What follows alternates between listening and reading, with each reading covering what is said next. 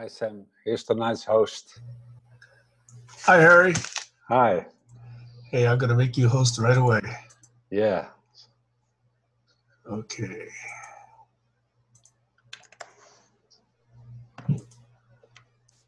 So then that's done.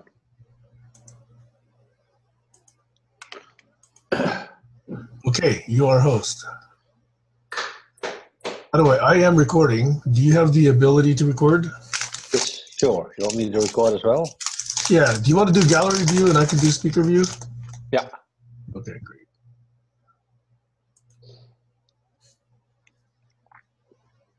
But maybe if you could prefer the other way around, since you will be talking all the time and you won't see us. Okay, all right. I'll do gallery view. You do speaker view. Is that more practical for you? Either way works for me. Okay, well, I was just trying to kind of help you here. If you are talking and you only see yourself because you're in speaking view, you're speaking, you don't see the audience. That's why. I still have the ribbon of people across the top. Okay. So then it's your evening, so you have to choose what you prefer. This was just me thinking for you, which I shouldn't do. I'm easy. Now you've been trained to be easy. I listened very well. You've been conditioned. That's not the same. So at heart, I'm actually very difficult, eh? I didn't say that, but you might be different. Yes. Okay, well, right now I'm in gallery view. Okay, then I will put you in speaker view. Okay, cool. This I prefer this well because I'm listening to you, so I like that. Great. Thank you. Cool. How are you feeling? I feel pretty good. I was sharing with Tammy earlier this week, and I'll probably share later on in the session, that Gail and I, you know, Gail's my girlfriend, right? Yeah. She and I watched last Saturday's session Saturday evening together. Mm-hmm. Okay. And so she liked the interaction, but it really triggered her later that evening. In what sense? In that she does not feel she has an audience who would listen to her story.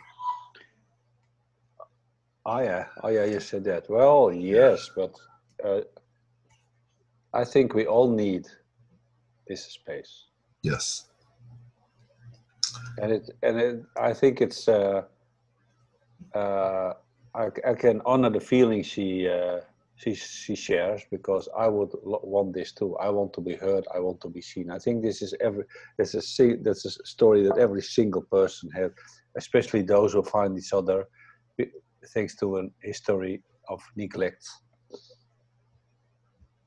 which is not uncommon in our generation. Yes. How old are you exactly, Sam? How old am I? I will tell you, but first I want to ask you, how old do you think I am? Hey, Gertrude. Well, I gather somewhere in your 50s, I would guess. Yes, I am somewhere in my 50s. Gertrude, is it warm where you are?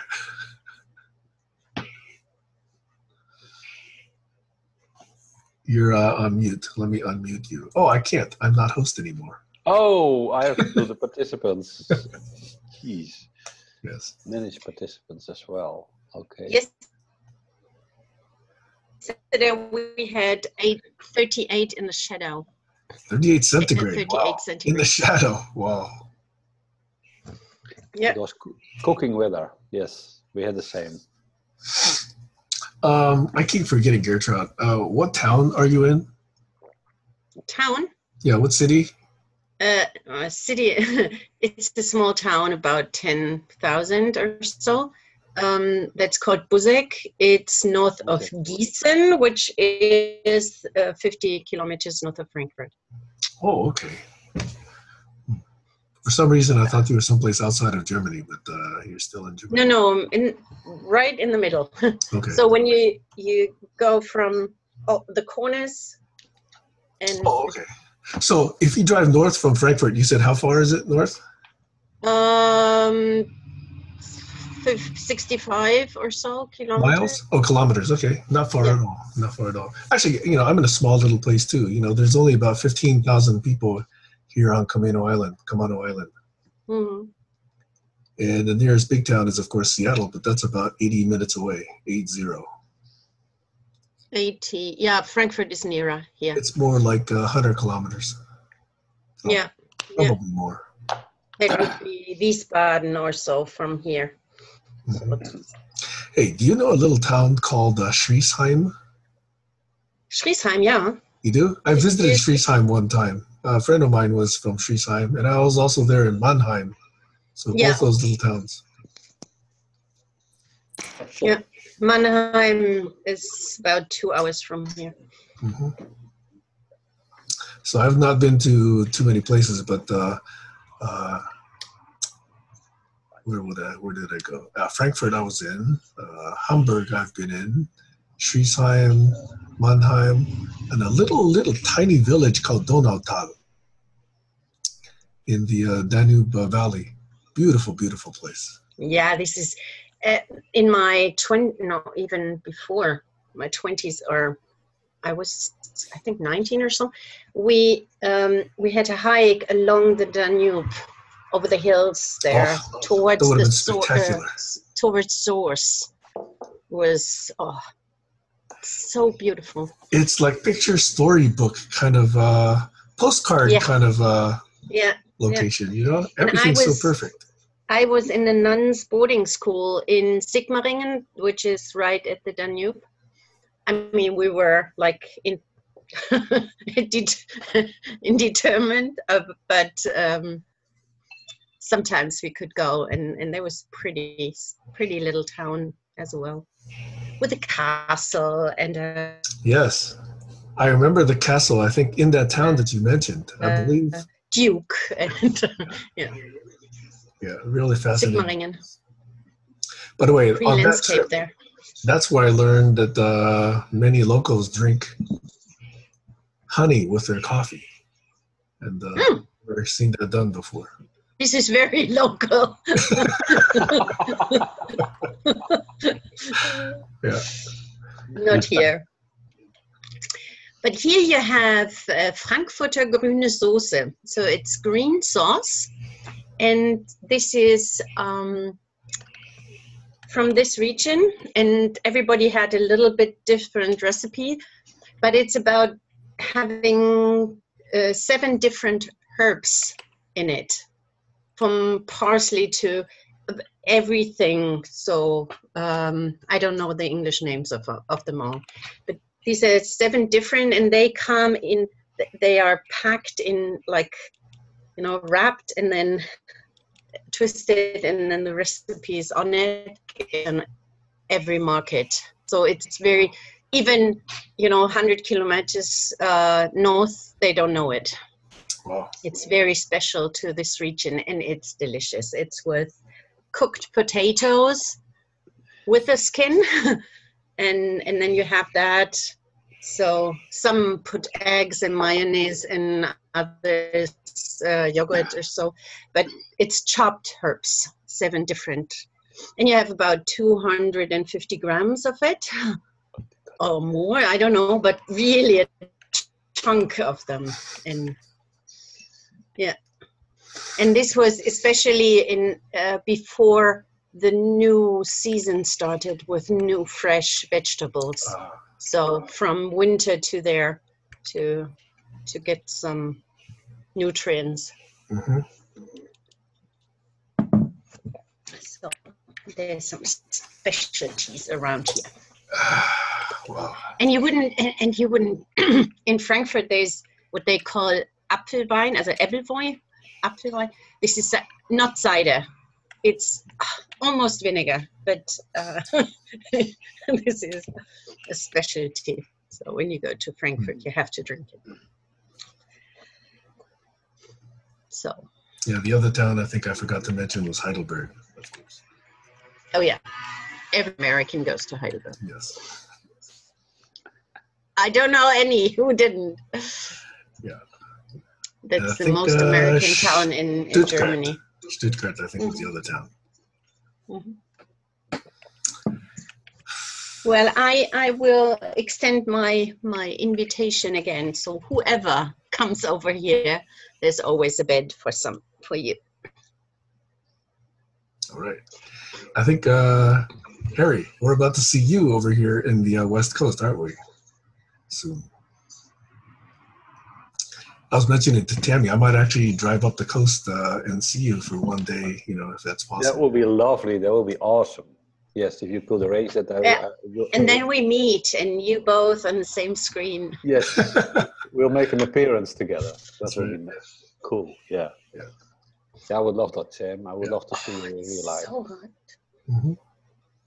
But it's cool. Hey, Tammy, is it still going to be hot at that time of year when you guys go up the coast? Definitely, and we'll be in the Lake District. So, and the lakes in that area, the water is like velvet on your skin. It's amazing. Yeah. Looks good. Hey, Heiner, good to see you. Almost see you. I don't think I almost see you.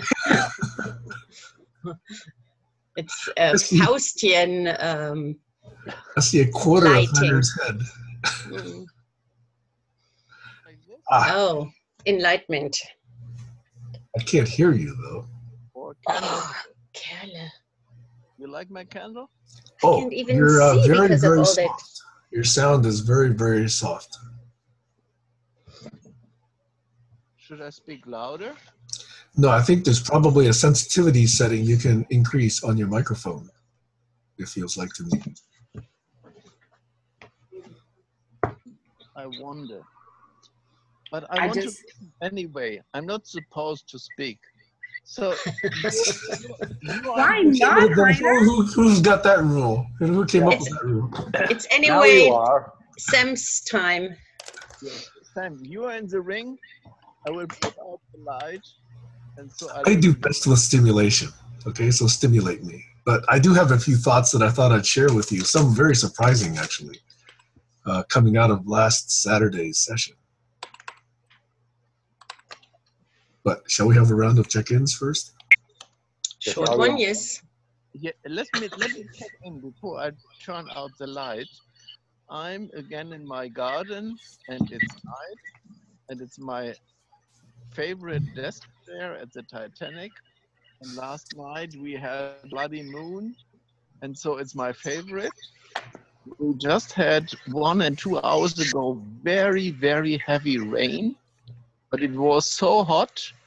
So I thought this is the best air I can get. Like my candle, I can switch out the electricity.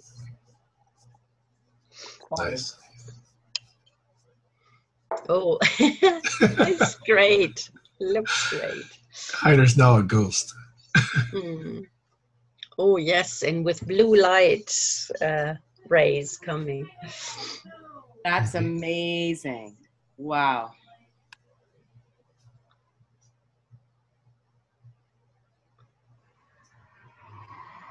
No, I was allowed to be host tonight. So, okay, host. That's what you need, right? So that gives me some credibility. Yeah. Well, I'll start checking in as well. I had a relatively calm day because it went by so fast. I slept in a little bit, and I did shopping because I didn't have any food left in the house. And I had a talk with my dietist about my digestive problems I have. It seems to be related with a too reactive histamine system, but we're still in the middle of puzzling that. So I react to all kinds of food while they're basically perfectly normal. So I start coughing all day.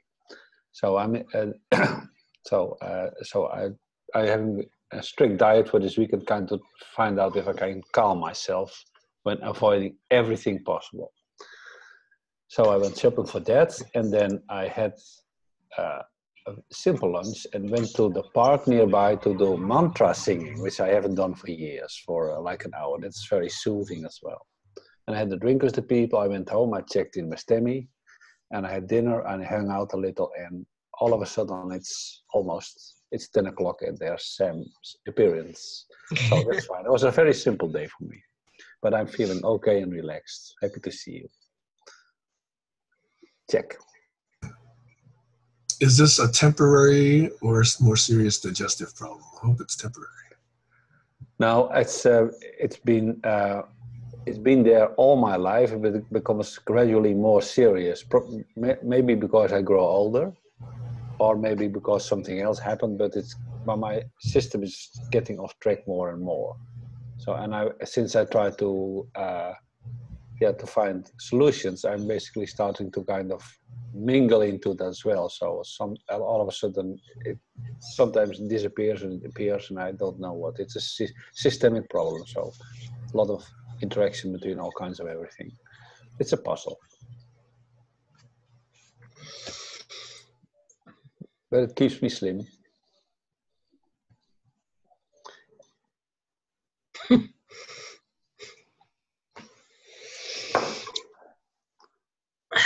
Yeah, I used up my time already, and so I had a good day, but just I'm sweating so I can't see.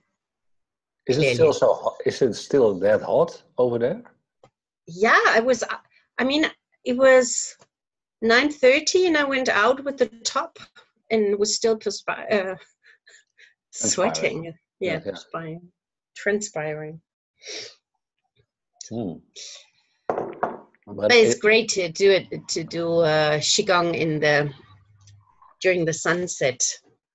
And yesterday it was like sunset here and the moon rising on the other side. But you said 38 degrees, so that's in U.S. terms, that's 100 degrees Fahrenheit. Yeah, body temperature. Higher than. Yes. Yeah. Yep.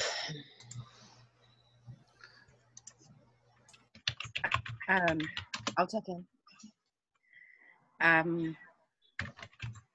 Last night I'm really excited about what's happening in the group. Yesterday I was wasn't my best day in the session. I got a bit triggered, so that was interesting to watch myself. So I was really motivated to really hop on Josh's piece about writing blogs and hack around in there. So I made myself a cup of coffee at 9:30 at night because I knew I was either going to sleep, but I really wanted to get some work done. So, and write a blog. So I did, and was up till 4 a.m.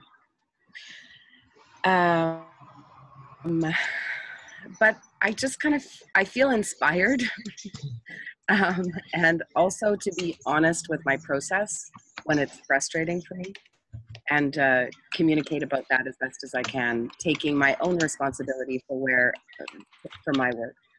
So I feel good about doing that.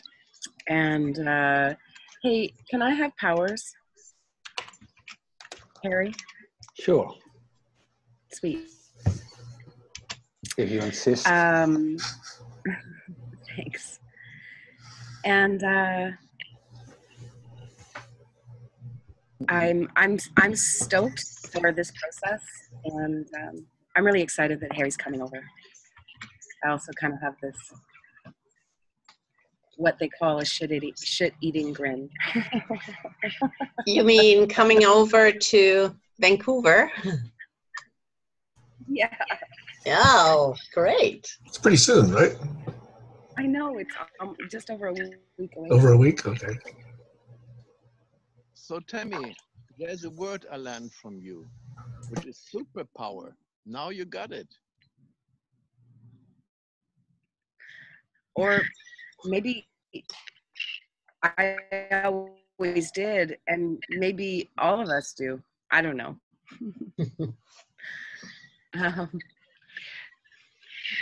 So anyhow, I'm glad to be here. Sam, I did have every intention of watching all of your session, but I did watch a part of it before this session. And I don't mean, I only got just over 4 hours sleep last night, so I kind of fell asleep in it. And that's not to be insulting at all. It's just that. A kind of. Could you? It is, but I'm excited. Can I wind it up? The host says, yeah. Now's the time to get some coffee. Anyways, I am excited to. There you go. There's the coffee.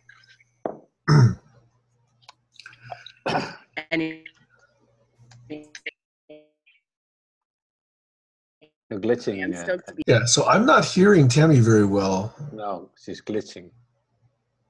And her video is frozen on my screen. Oh, she's moving a little bit, I can see. Yeah.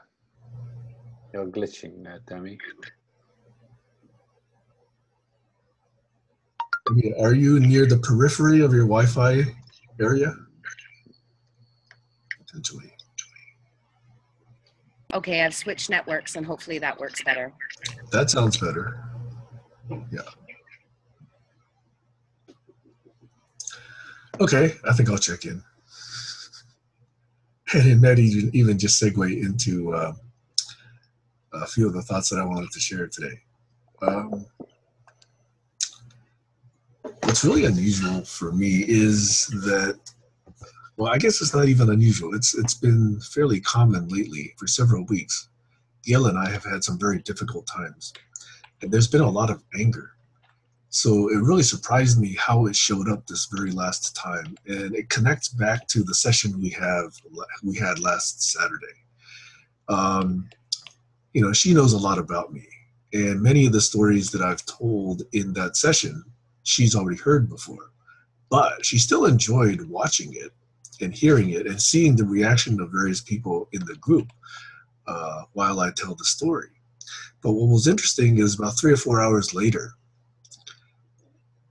she got very triggered, and it took several hours to figure out why. She got angry at this, she got angry at that, she told me to do this, whatever, and we ended up finding out that she was very angry that she felt herself that she did not have such an audience, a forum, to tell her story about her life. Not because people were not interested. I think she finds that people would be interested, but she feels such shame around some of the bad decisions and some of the unfortunate events that happened in her life that she feels that she would be viewed negatively and judged for it, and she judges it herself. So she holds the story in, and yet she's resentful that there's not an opportunity to tell the story. I don't know if that's familiar to anyone, but it recurs with her quite a bit. And I said to her, well, the GC is, you know, the G in the GCC is global. You know, we try to be inclusive. We want to hear from everyone. She thinks that I mean, this is putting words in her mouth, but she thinks when I tell my story, it comes across like a goody two-shoes, okay, which is an American saying, which is, hey, you know, things are just always on the positive and trying to make a good impression. And she feels that she would be kind of very opposite that.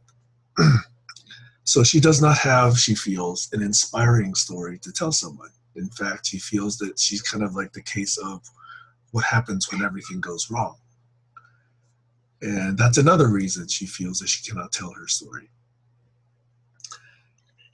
I felt that in this particular group, if one were ever to find a group that would be, I wouldn't say zero judgment, but I would say close to zero judgment, and close to total openness and acceptance, would be this group.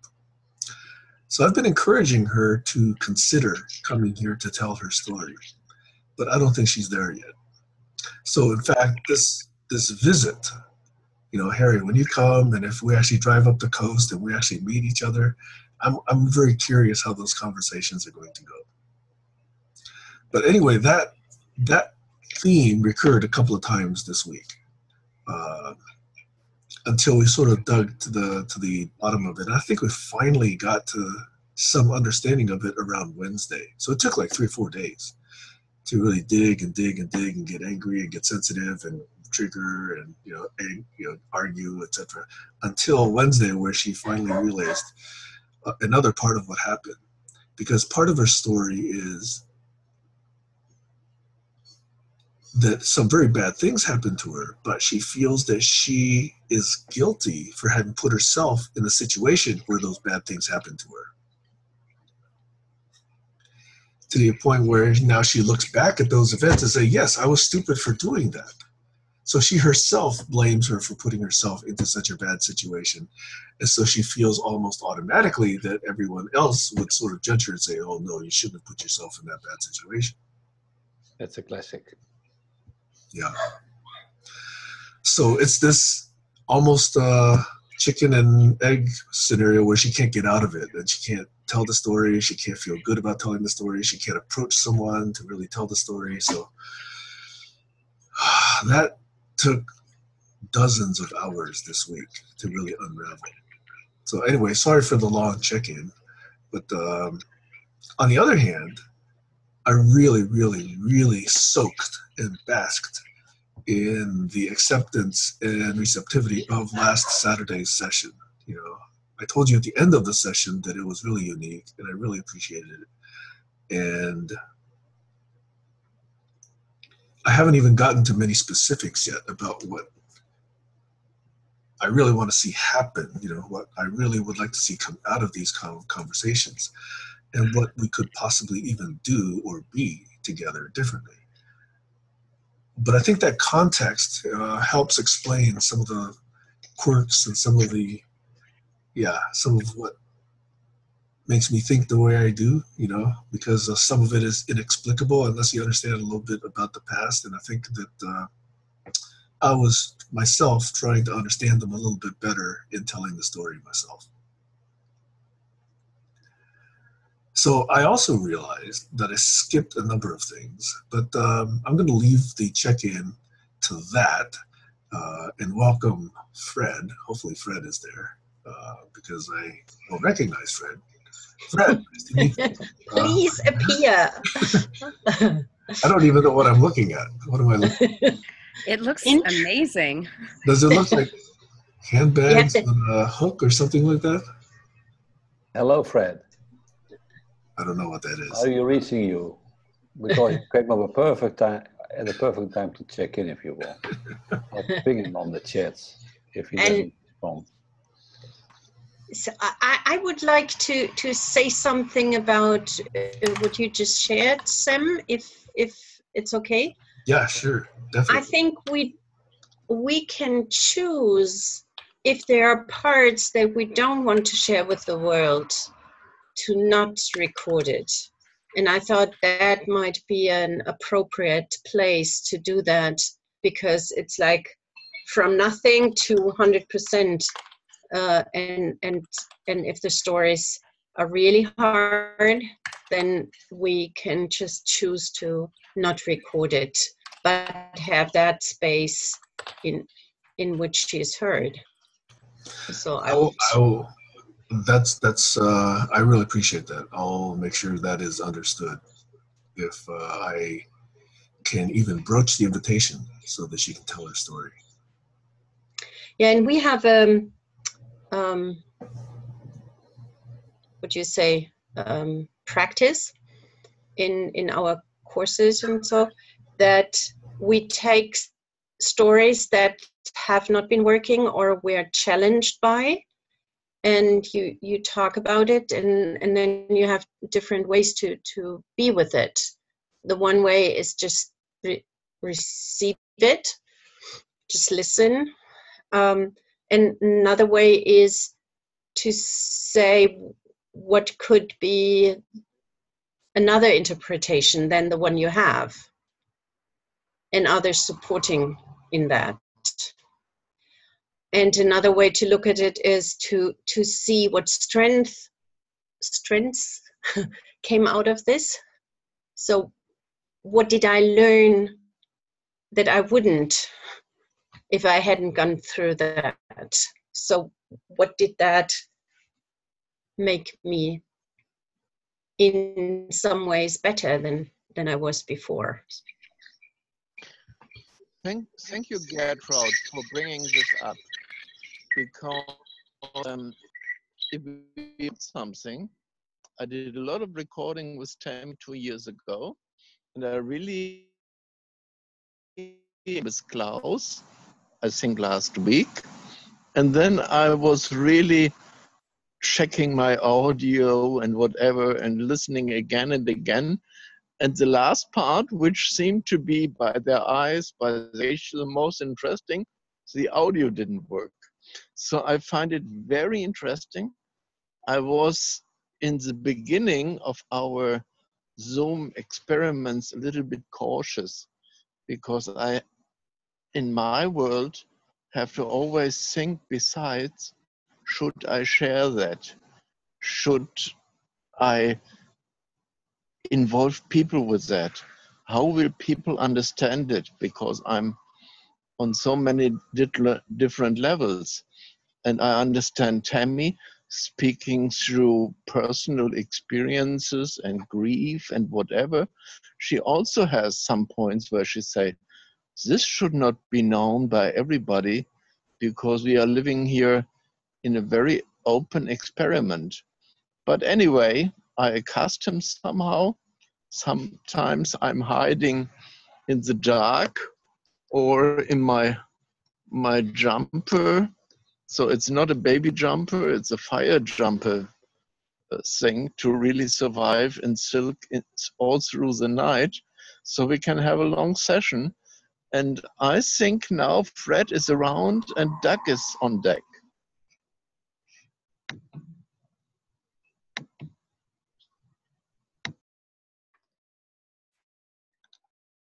Yes. Hello, Fred. Do you hear us? At Mindlin? Over. Hello. Yes, I'm here. I'm trying to get up a setup where I have something to show because my computer is aiming the opposite direction from where I actually sit. So I'm sort of huddled here trying to get something, and that's why I'm going to hide the video. Okay. After I check in.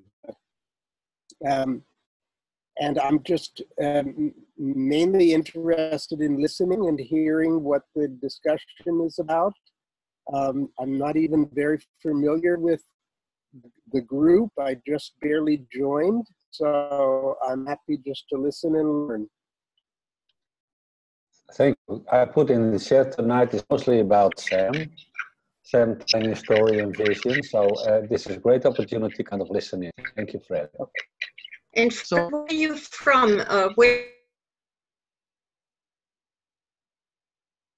Halfway between San Francisco and Monterey on the California coast.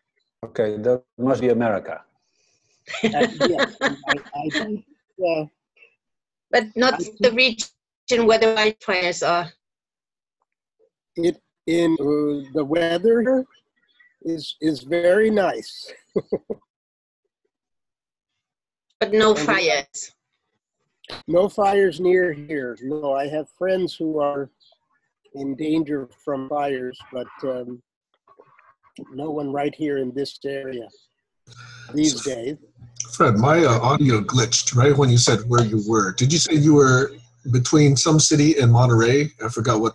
I didn't get what. San Francisco. Or San Francisco to the north and Monterey to the south. So near Santa Cruz? Yes, Watsonville. Oh, perfect. Yeah. South of Santa Cruz. Yeah, just FYI, I used to live in Saratoga in Silicon Valley for about 27 years and just moved here to Washington State about 2 years ago. And I teach storytelling with string figures, string games. Oh, wow. Wow. That's amazing. Yeah. Well, consider this an audition for your course then, for me. All right. We love you already. Where do you teach? I teach in Watsonville Public Schools. Okay. One of my very good friends owns a flower farm in Watsonville. Owned which farm? She grows flowers. She provides flowers to many restaurants in Silicon Valley. Oh, yes. Wonderful. Yep. All right. Well, please continue. Thank you. Thanks. Good to meet you, Fred. Okay, that's to our last participant, Doug Breitbart. So I'm sorry, I apologize for being late. First of all, the machine I'm working with like really didn't want to start. So, so I've been provisioning, shopping mode, packaging, breaking down in the house that we're staying in for most of the day. I managed to grab 10 minutes in the pool, which was really good. I'm grateful for having had, and I'm really excited to be here and to hear the next chapter of Sam Hunt.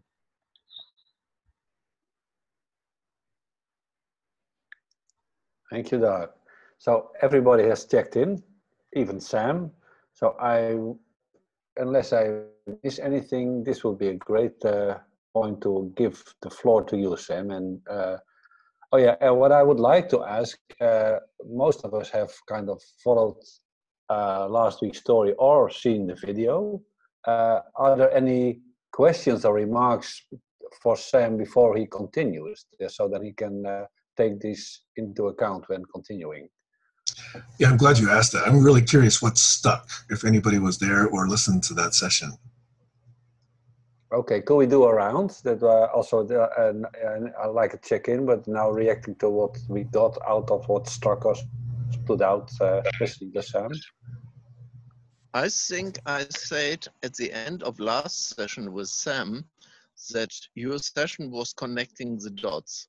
So many of your personal and historic and scientific and augmenting and whatever issues came together into a bigger picture. So I really appreciate this from where, before we go into such introduction rounds, to the why and where to. So I think it's very important that we had your first part or first section.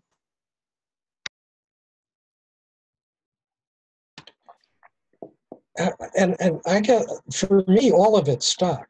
I mean, I really, what I carried away was just this. I go to sort of an empathy place, and I walked away with this sense of just like this massive weight, burden that you're carrying around on your shoulders. That between the several thousand-year tradition of family, but also the sort of the program and deal that you came away from when you were little, in terms of what was required to speak, what was required to raise your hand, what was required to own competence or mastery, what was that there was just this massive bar and massive weight. So like it's a double whammy. You've got to get this massive weight up over that bar every minute of every day. That was sort of the takeaway from it. And the question, I actually had Harry's question for you as a sort of before you got into the next chapter, which was, what was your take? I'm sort of more interested in what was your takeaway from the experience of last week, and so I'd really love to hear the answer to that as well after everybody's given theirs.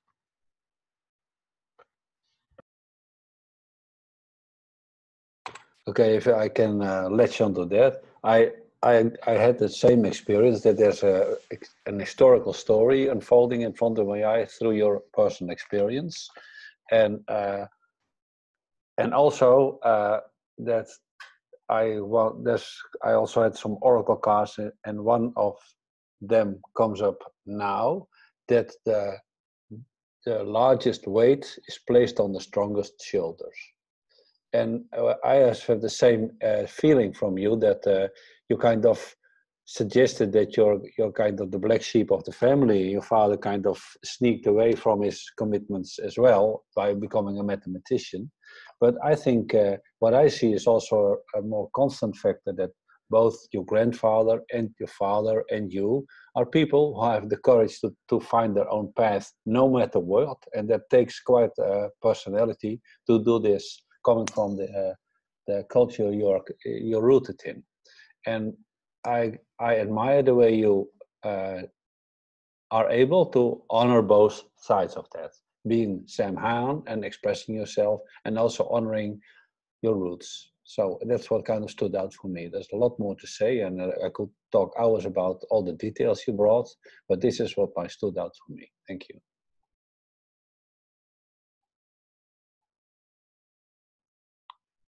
Who wants to respond? Yeah, Gertrude. Yeah, and beyond that was what was already said. When Dex said a weight on your shoulders is also what you think you're here for. So this legacy, what Doug, the other Doug, gave you, and it really touched me when you said when he died, he thought he didn't make a difference, and he was not successful in what he was up to. And you are the one who proves him wrong. Not only you, but Heine and others. And I think we never know how much influence and how much energy is floating beyond our perception. So he has influenced so many people that it's not buried, it's just coming to light. And maybe the time is now ripe, which wasn't at that time. But I got that heavy weight, so to say, that you have to fulfill on that legacy. And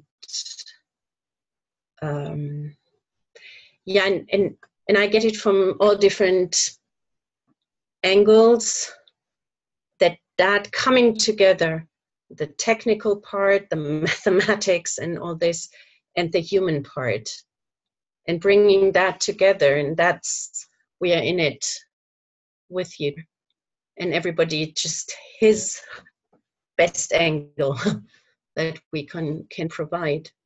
So I would love to lift that weight and lift it together. Yeah.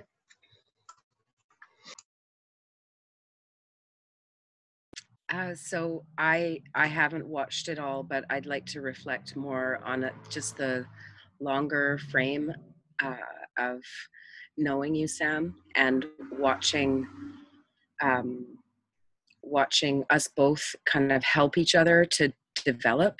And for me, what I really was able to witness while I was present, and the parts I was able to see earlier today, is this really beautiful, deep comfortability with sharing yourself that wasn't there when we first started working together last year in the same way.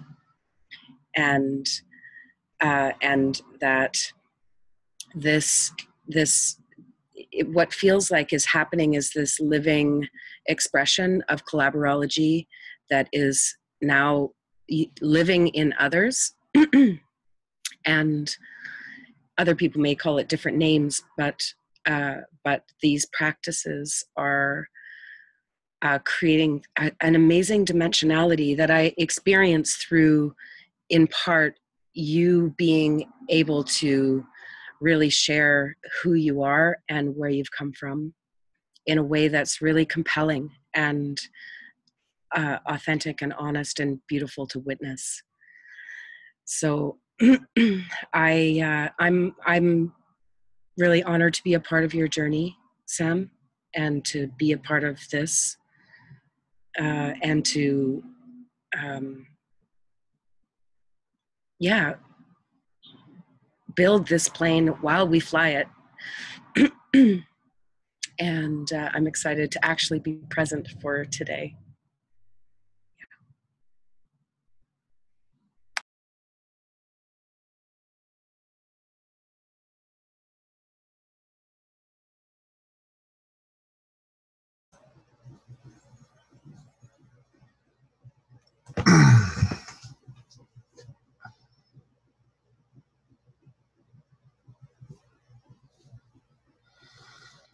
You know, I'm just letting some of that stuff sink in because it's, you know, that opportunity last Saturday has never happened before in my life, as I said at the end of last session. And there's mixed feelings about that. There's very deep appreciation, which I don't think I can express deeply enough in words. And yes, there's still this little sense of self-indulgence that I mentioned last week, that, geez, you know, why would so many people want to hear my story? And there's that guilt of taking up people's time with this stuff. But if I want to tell the story, I want to be able to put it in such a way that it makes sense, and not just as, okay, here's idea XYZ and here's the plan ABC, and, you know, go at it. You know, there's a more fundamental rooting, the provenance, you know, the epistemology, the derivation of it, that I was hoping to sort of ground by giving you some of the background last week. And I think most of you see that.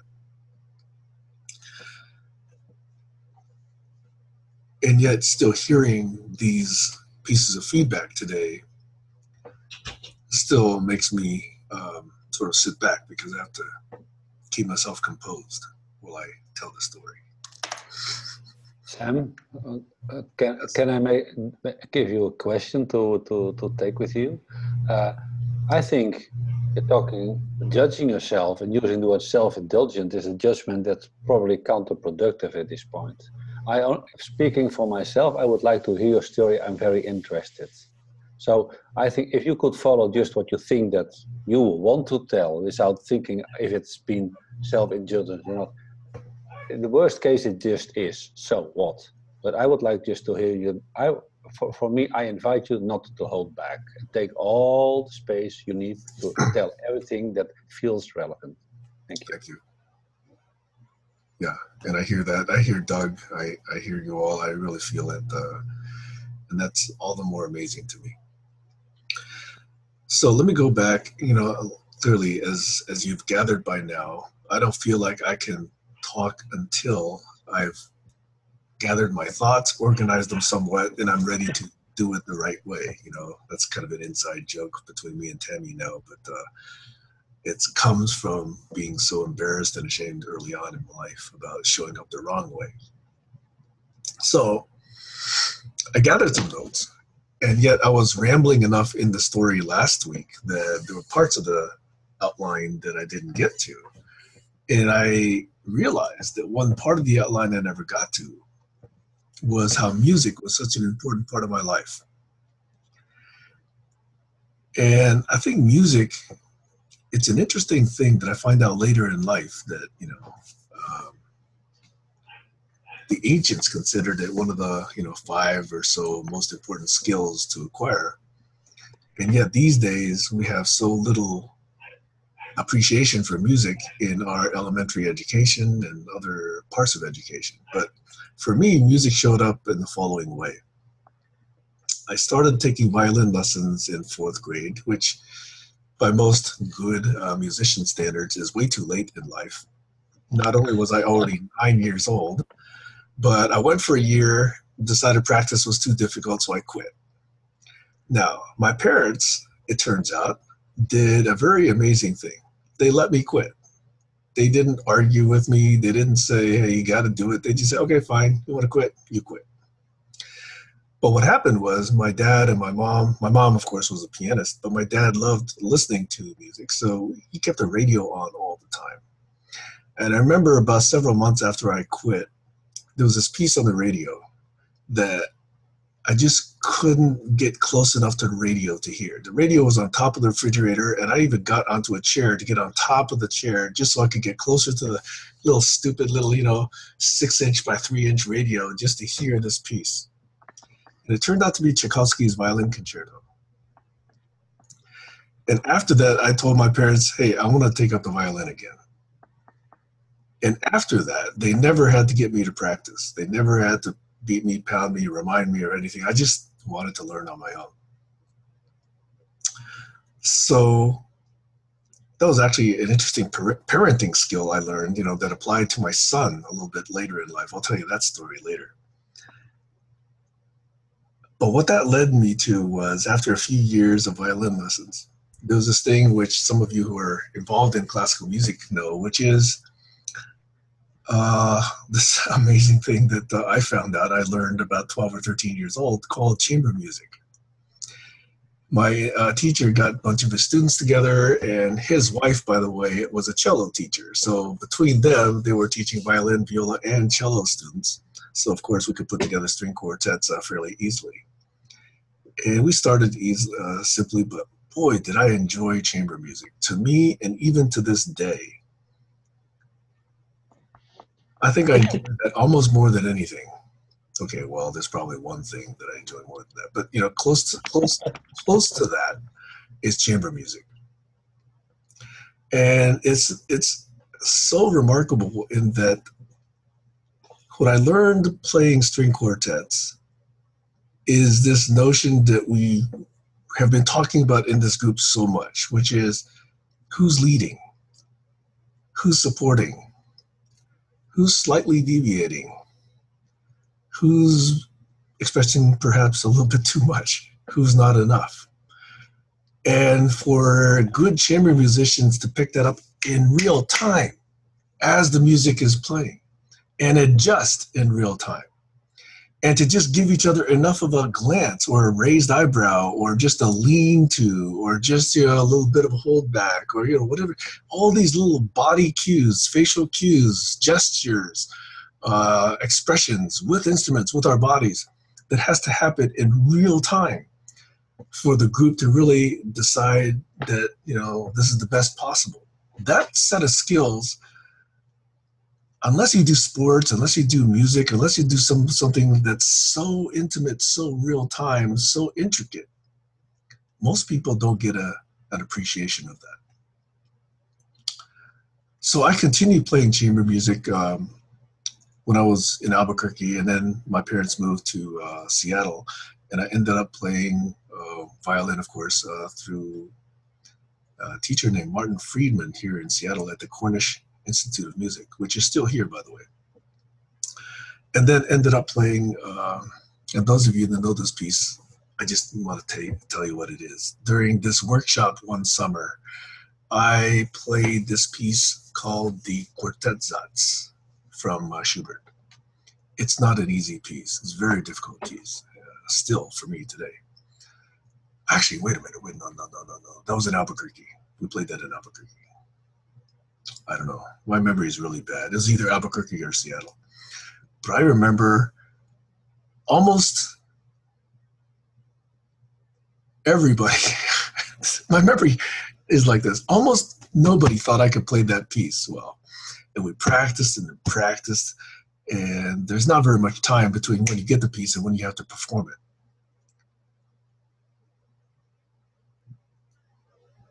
And I remember putting so much practice into that piece that when we played it, I could see on my violin teacher's face a look of surprise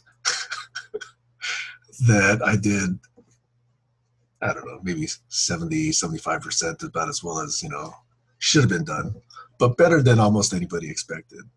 And it was really just a real opposite of the experience that I had when I was 6 years old, that I embarrassed myself, that I, embarrassed the family. This was a very opposite kind of experience. And still to this day, I remember the people that I played that piece with. I still remember that event. I still remember, that look on my violin teacher's face, and that greeting and that congratulations. So what did that lead to? When I was in college, the short form of the story is I had enough AP credit. It was called Advanced Placement Credit in the US. You can take some college level courses in high school, and then you didn't have to take those courses in college. So I made the mistake of saying, oh, I have these advanced placement credits. I'm just going to use those towards graduation. I didn't like take other courses instead of those. I just wanted to get through as quickly as possible. So in order to finish some credits, I was trying to figure out, okay, so I finished all the technical credits. I've tried this major, that major. I'm going to get all my math classes in, but I have to take some other courses for rounding out my education. So I did something that I think maybe 3 or 4 people out of the school ever do in any given year, which is I signed up for orchestral conducting. And literally, there's only about 2 or 3 students that ever take orchestral conducting at any given time. But I did, and they can't refuse you. You know, you're there to learn. So I thought that was an awesome opportunity. And I ended up taking conducting lessons from Engelbart Hex. And he's a world-famous violinist in his day, also a world-famous chamber music player. But the opportunity that gave me was that after graduation, my uncle, who at one time was president of some Taiwanese association here in the United States, especially in California, there's quite a Taiwanese population in the Bay Area. So they were talking about putting together a little string chamber group. And so they're saying, okay, who can we get to do this? And my uncle nominated me. And so sure enough, we had like 12 or 15 kids in a little school in Cupertino that met every week. And we put together some pieces that was, Mozart and Corelli, some fairly simple stuff, but these kids were all really good. And a few of the kids, some of the older kids, were actually in this other group called the Palo Alto Chamber Orchestra. The Palo Alto Chamber Orchestra, unlike this Taiwanese group, had been around for a while. It already had like 20 or 30 years of history. It was established in the 60s by William Whitson. And he was looking for someone to help with this elementary group of kids from 10 to 12 years old. There's this, which is called preparatory. There's a younger group called super strings. Then there's preparatory. Then there was something called training, and then there's junior, and then there's senior orchestra, which is like the performing group that's really traveling internationally and going to Europe and going to Russia, and going to China, all these sort of different places. So I had the 10 to 12-year-olds. And in retrospect, that was the best age, in my opinion, okay? It's old enough where they've got several years of training, and they're actually quite good. They've got skills. It's young enough that the hormones haven't hit yet. And so they still pay attention to adults. They still respect adults, okay? But right about 13, 14, 15 is when the hormones hit and they start getting interested in the other gender, and they start looking for dates, and they start wearing a lot of makeup, and they start, behaving wildly. But I thought that 10 to 12-year-old age was perfect.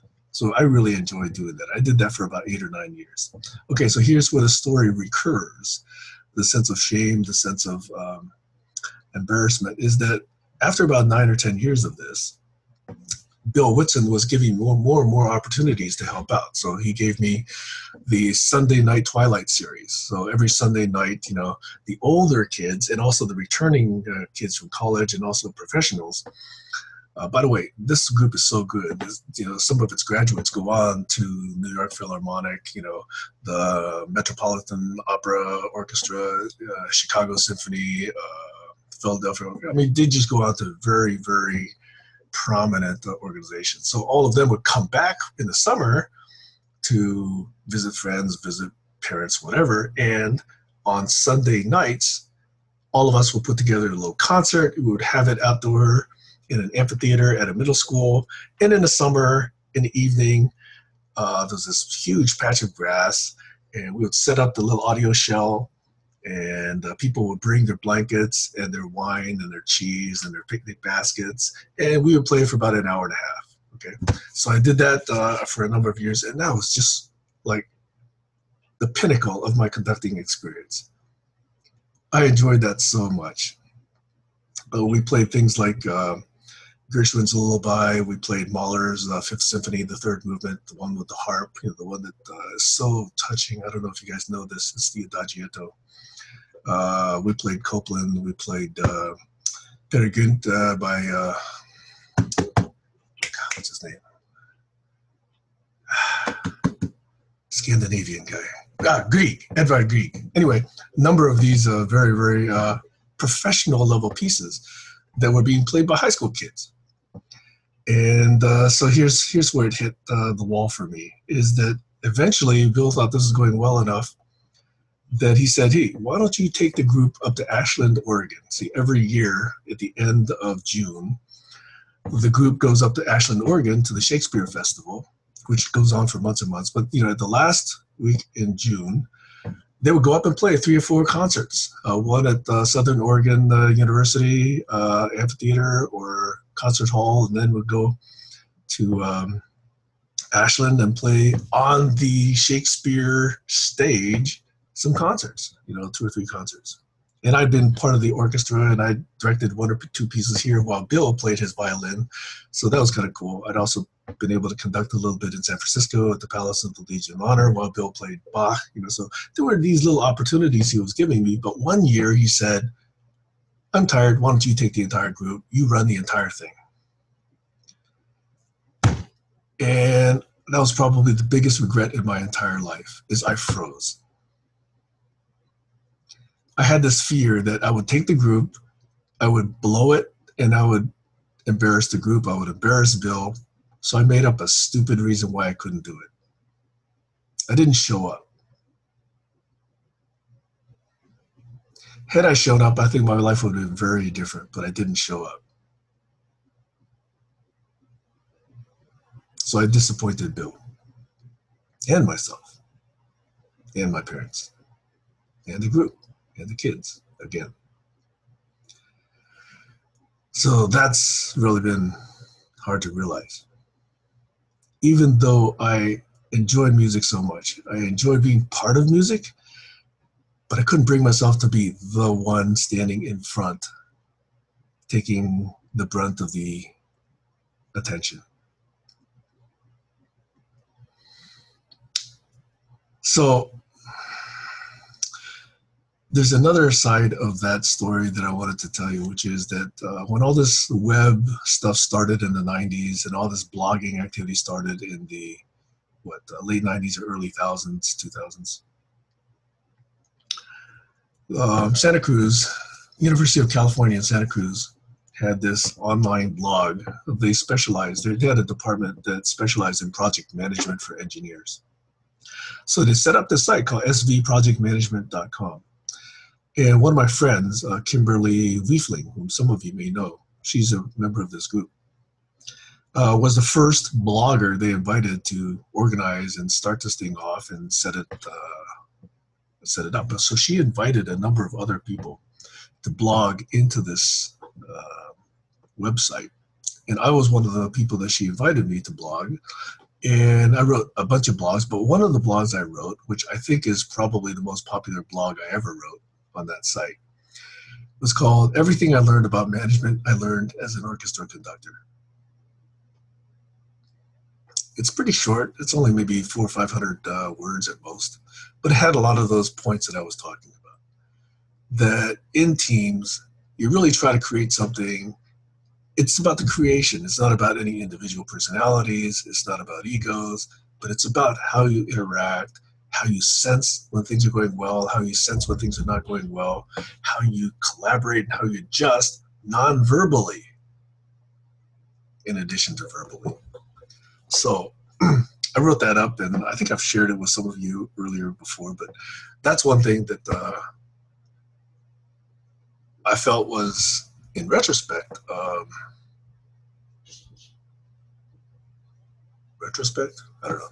Anyway, it turned out to be one of the more popular blogs, and it's one of the ones that I remember most vividly having written. So that's that arc of music leading into management, leading into collaboration, leading into, again, personal failure and how I show up or don't show up.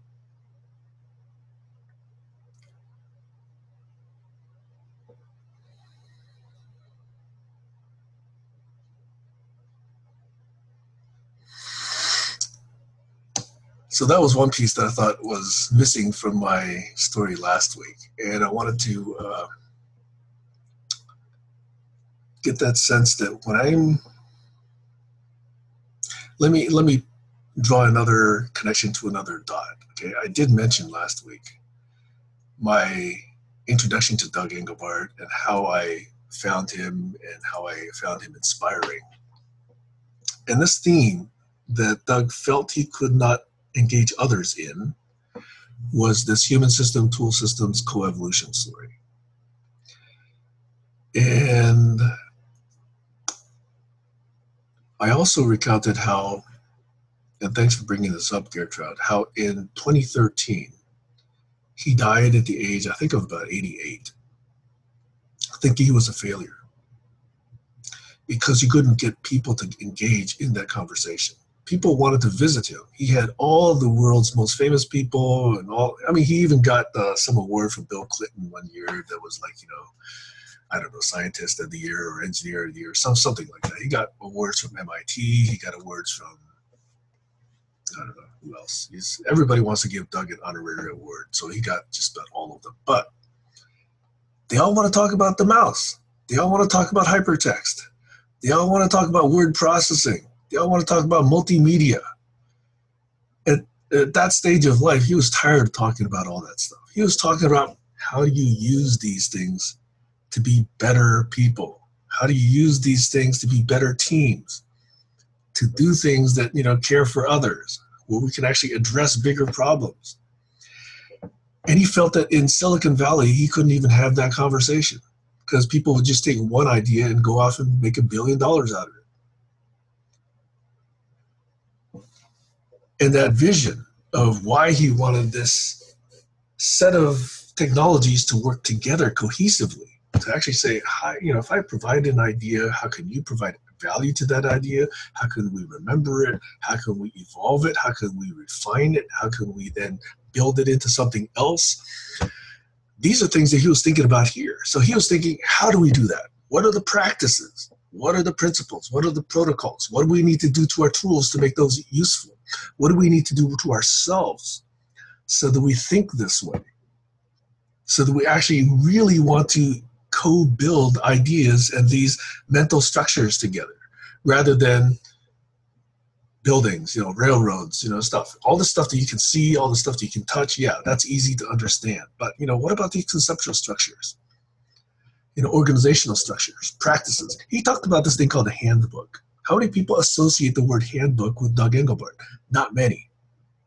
But in the late stages of his life, he wanted to talk about it. What will the handbook include? It would include, you know, how do you do these things? You know, what do you want to have at everybody's fingertips? What do you want to do to make sure that the handbook always stays current? What are those practices going to be? How do you make it accessible to everybody? How do you make it accessible to, or how do you make it inaccessible to those people that you don't want to make it accessible to? Anyway, by the way, one of the things that I credit him for is version control, you know, so that you don't ever have to delete anything, but you can always have versions of things, okay? By the way, I have this rant called copy is evil.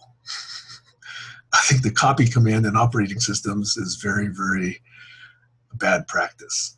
In fact, I call it evil because it just creates dangling pointers. But anyway, that's another rant. I'll go on that some other time. So in Doug's world, everything that was recorded in a knowledge structure, in a memory, was there forever. It did not make sense to delete anything, okay? It could be superseded by a newer version, but anything that pointed to that old version would still be available. One of the other things, by the way, I credit Doug with is this notion of wiki. even though Ward Cunningham came up with this wiki notion much, much later, though. The idea that you could collaborate on knowledge, that anybody could edit anything, that anything could point to anything, that you could actually have this distributed all over the place so that anybody could get to it. I think those were fundamentally what Doug was putting together. So no disrespect to Word, but I do credit Doug with most of those foundational ideas. So that led to me thinking, well, you know, I've been 3 decades now, since early 80s. That's when I started working, until actually 2 decades by the time I met Doug. I met Doug in the early 90s. Wait, that wasn't even 11 years. Anyway, sorry. I can't do arithmetic, okay?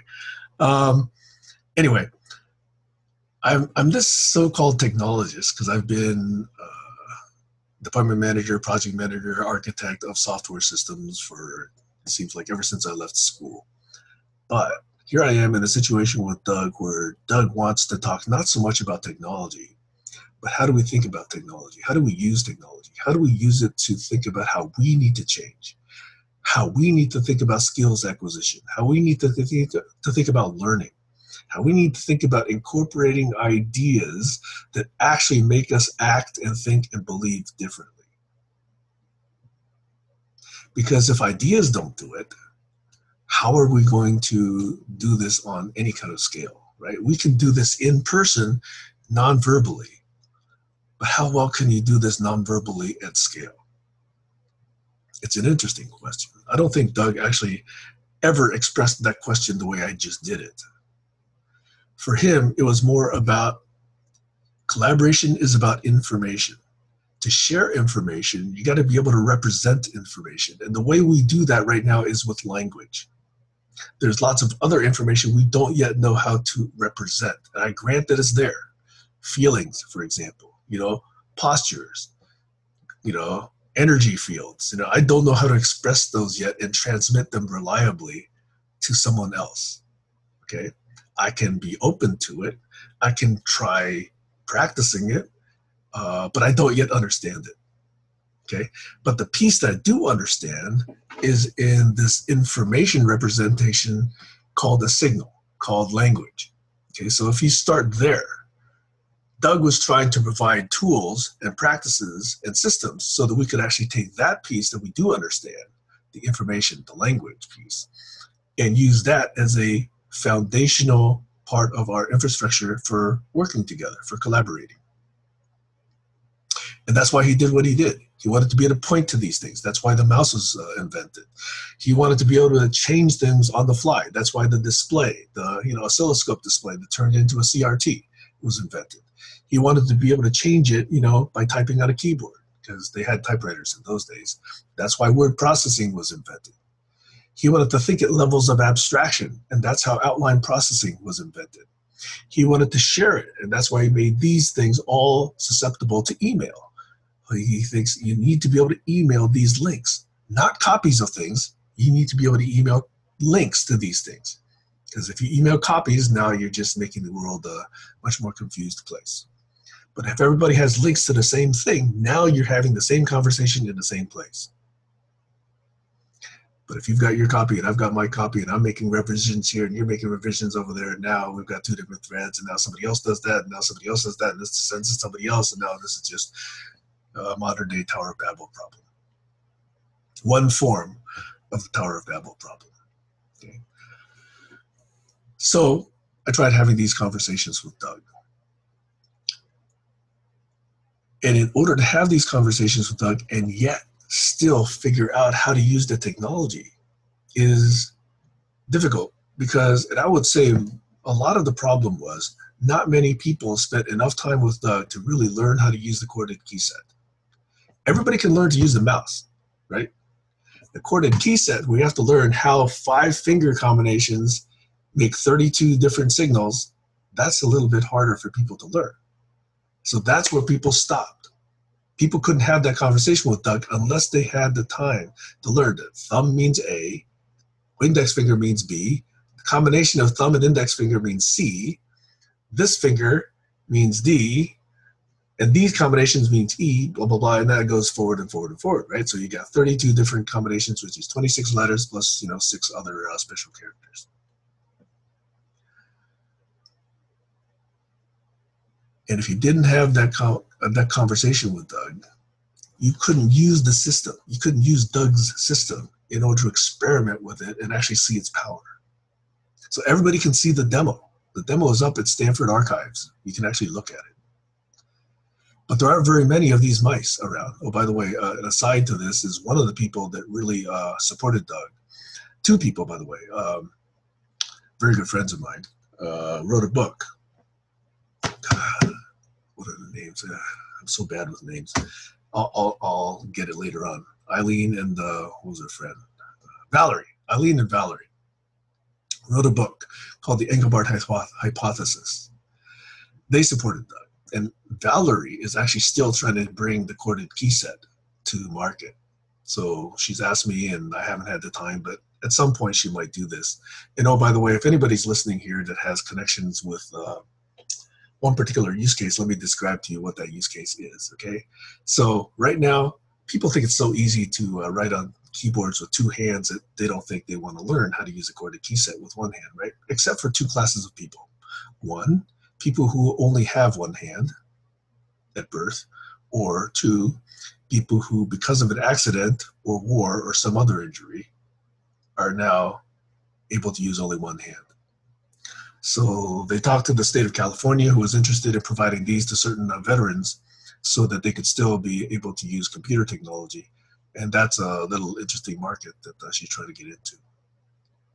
Anyway, that's a little aside. The point to that is there's still a lot of stuff that Doug did that don't yet get a lot of airplay. I'm reminding you, take a note of P.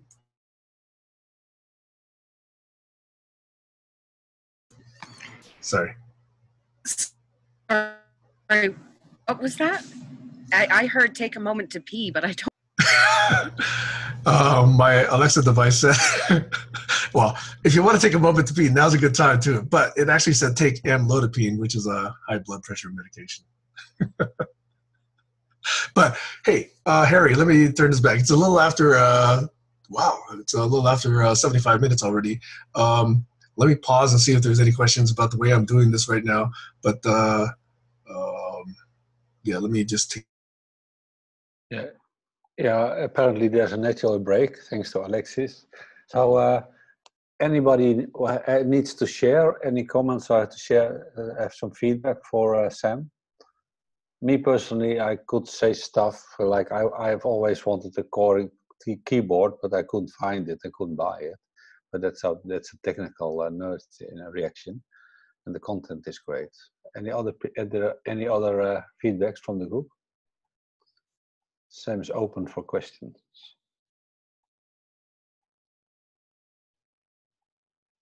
Seems like you're doing great, Sam. I'm enjoying the flow. Yeah, me too. I'm curious to see whether I'll get a C or better, from this class. This is the non-judgment space at this point, Sam. Yeah, I forget. You just have to trust us. Yeah. Yeah, it's a non-graded course, but you're just out of luck. It's not. That's just not here.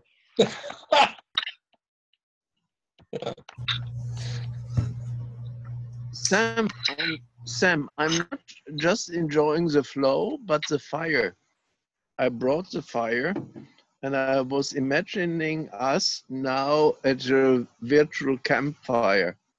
And I always have this idea, and we did this virtual United Nations project for some years.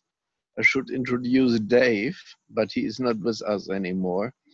This was this idea to really expand the campfires. Normally I have the idea, oh, we should do it for 1 hour, 1.5 hours, we don't have time anymore. But when we are sitting around the campfire, we do it all through the nights. So the light is on, and as long as the light is on, I'm here.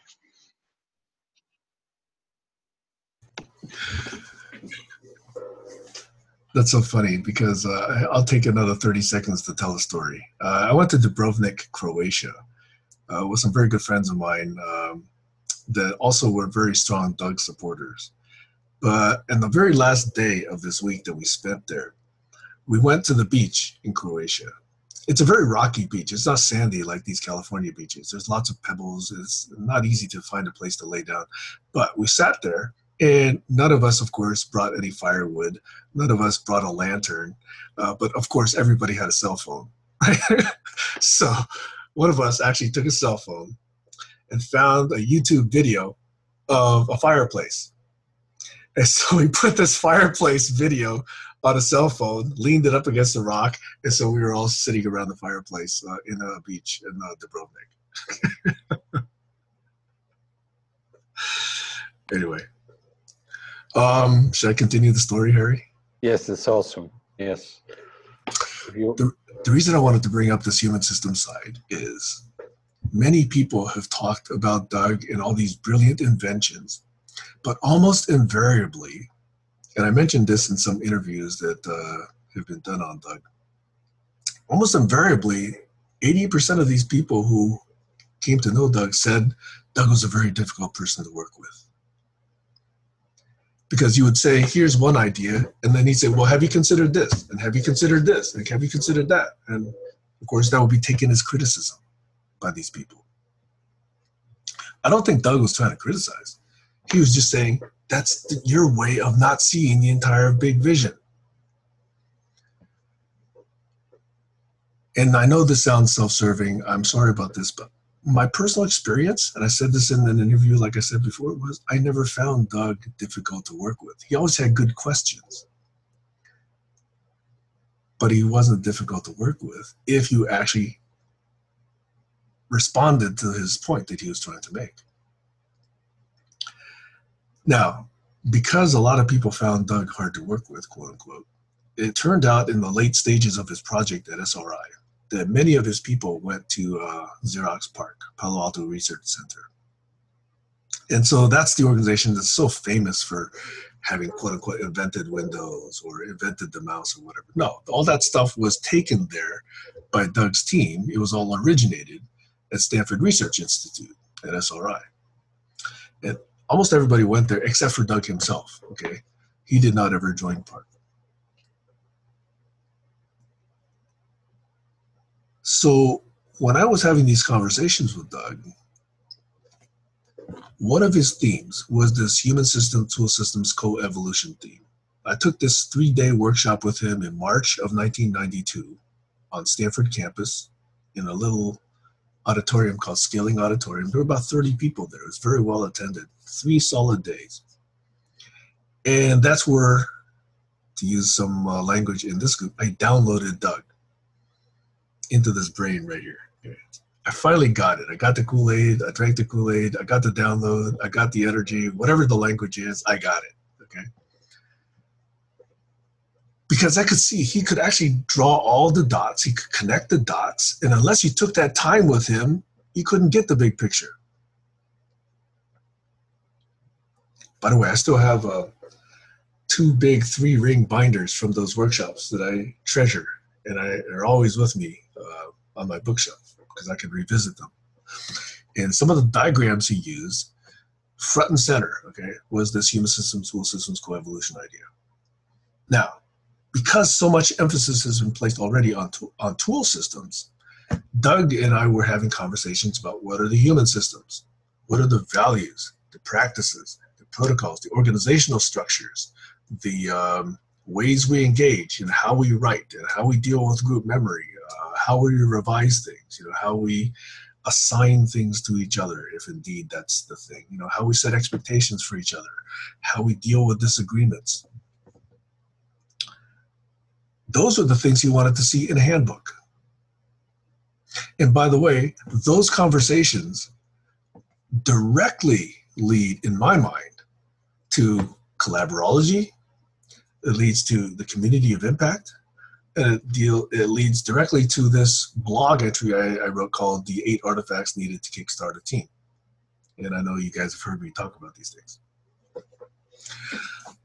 So let me connect those dots, okay? Because to me, I just made a realization that in Silicon Valley, it was too easy always to talk about the tool systems. It was hard to have those conversations about the human systems. And in fact, you'll notice there's no one here in this group from Silicon Valley, other than you might say myself, but I'm no longer actually there. The conversations in Silicon Valley would give lip service to this. They would always throw out the diagram, but then it would always go to tool. It would always go to, you know, what kind of new blah, blah, blah, where blah, blah, blah was the name of a technology. Shall we build? And, oh, by the way, should it get 10 million, 20 million, 4 million in investment? And, oh, by the way, you know, who's going to do it? That was the conversation. And I couldn't do that well because I couldn't go to somebody and say, I want to do everything. I was laughed out of every place, okay? But if I pick one thing that I'm saying to myself, hey, I'm just like everybody else here in Silicon Valley. I'm just going to take this one idea. I'm going to do what the VCs want. I'm going to deliver them something that's going to be 10 million next year, 100 million in 4 years. That's the story. I can tell the story, but that's not what Doug's vision is.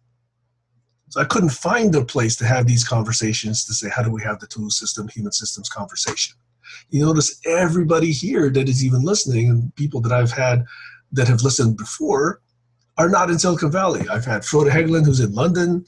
I have had Jack Park, who, by the way, was from Silicon Valley, but he's now in San Diego. I've had Dino Karabeg, who's from Croatia, but is now at the University of Oslo. You know, almost nobody else in Silicon Valley. Wait a minute. I am not giving credit to Adam Chire, the guy behind Siri, you know. But he did that work at SRI, and then that got bought for $100 million by Apple. By the way, that's the thing that's on every Apple iPhone right now. Adam Chire is a very strong Doug supporter, but I've known people who know him. I don't actually know him very well personally. He's probably someone I need to connect with. But it's hard. I'm not saying it's zero. I'm just saying it's hard to find somebody to have that conversation with in Silicon Valley. So when I really am thinking about practices, values, principles, protocols, to me that represents my shift in focus from what I used to be, which was a technologist, pure technologist, okay, into this thing who I'm characterizing myself now as an amateur sociologist. I'm looking at how do social systems get created? How do social systems succeed? So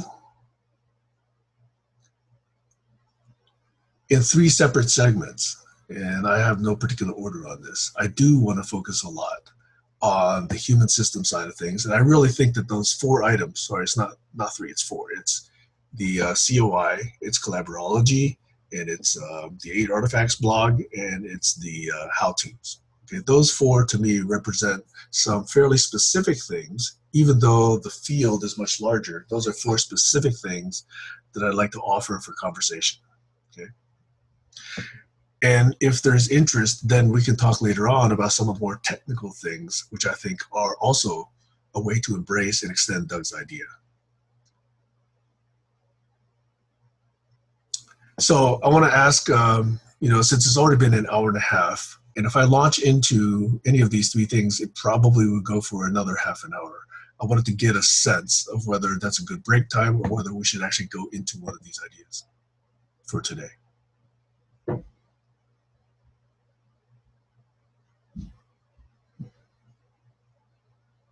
Harry, would you guide?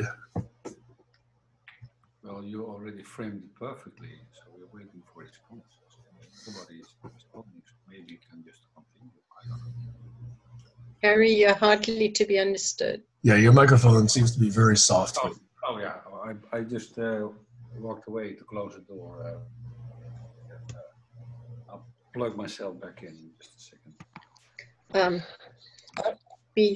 Before you do any of this, Sam, I got 2 of the things that you were talking. You said 4, and I don't know what the others are. So the first and okay, third one. So let me just reiterate the 4. Okay, on the human system side, one is collaborology. Okay, the second is the community of impact. The third is the 8 artifacts. And the fourth is how-tos. So I could talk, and I will hopefully talk about all of those 4. But I think I'll start with collaborology if there's time and attention and energy left. I have a pre-4 question. So I think I have a pretty clear understanding of the technical system side of this binary. You talk about the Doug Engelbart having sort of this there was this technical side, this human side. I know I'm familiar with his sort of bootstrap visions around one informing the other. Can you sort of go a little bit deeper in framing the human system side, what those words mean, what that domain is about?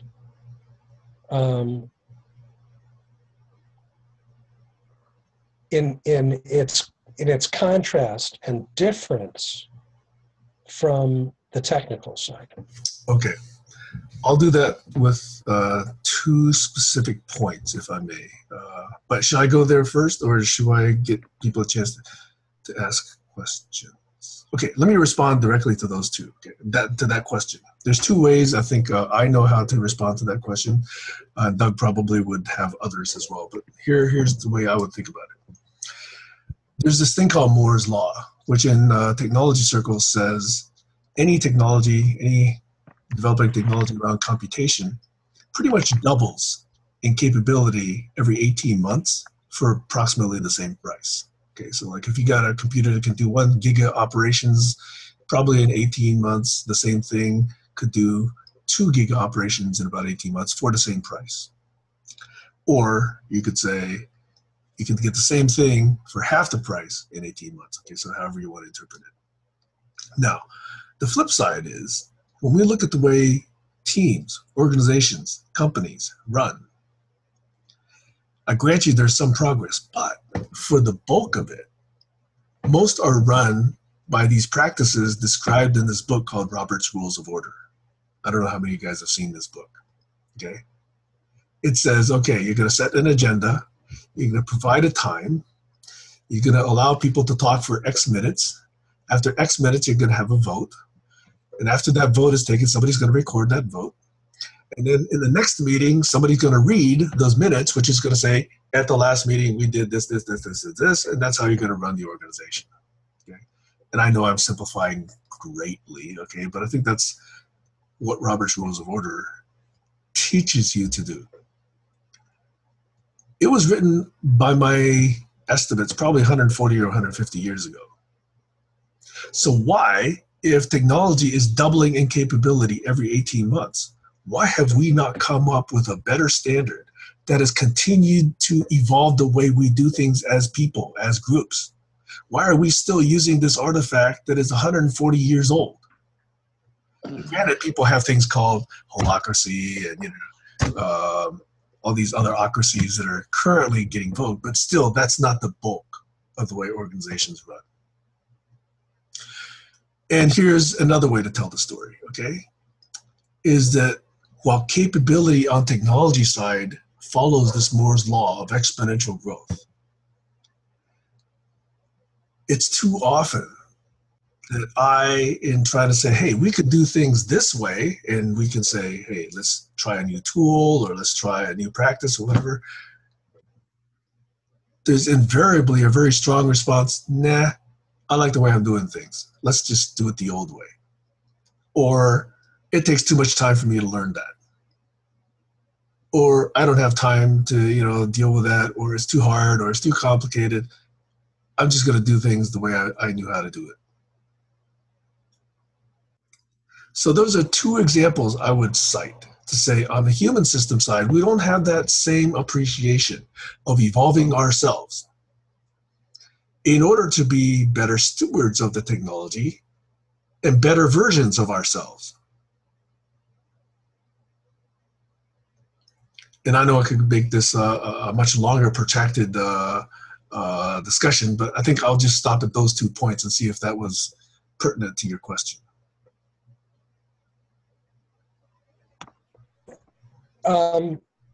It sort of gets me to the dock. I guess the question I have is, in going from that frame to the next stop being human systems,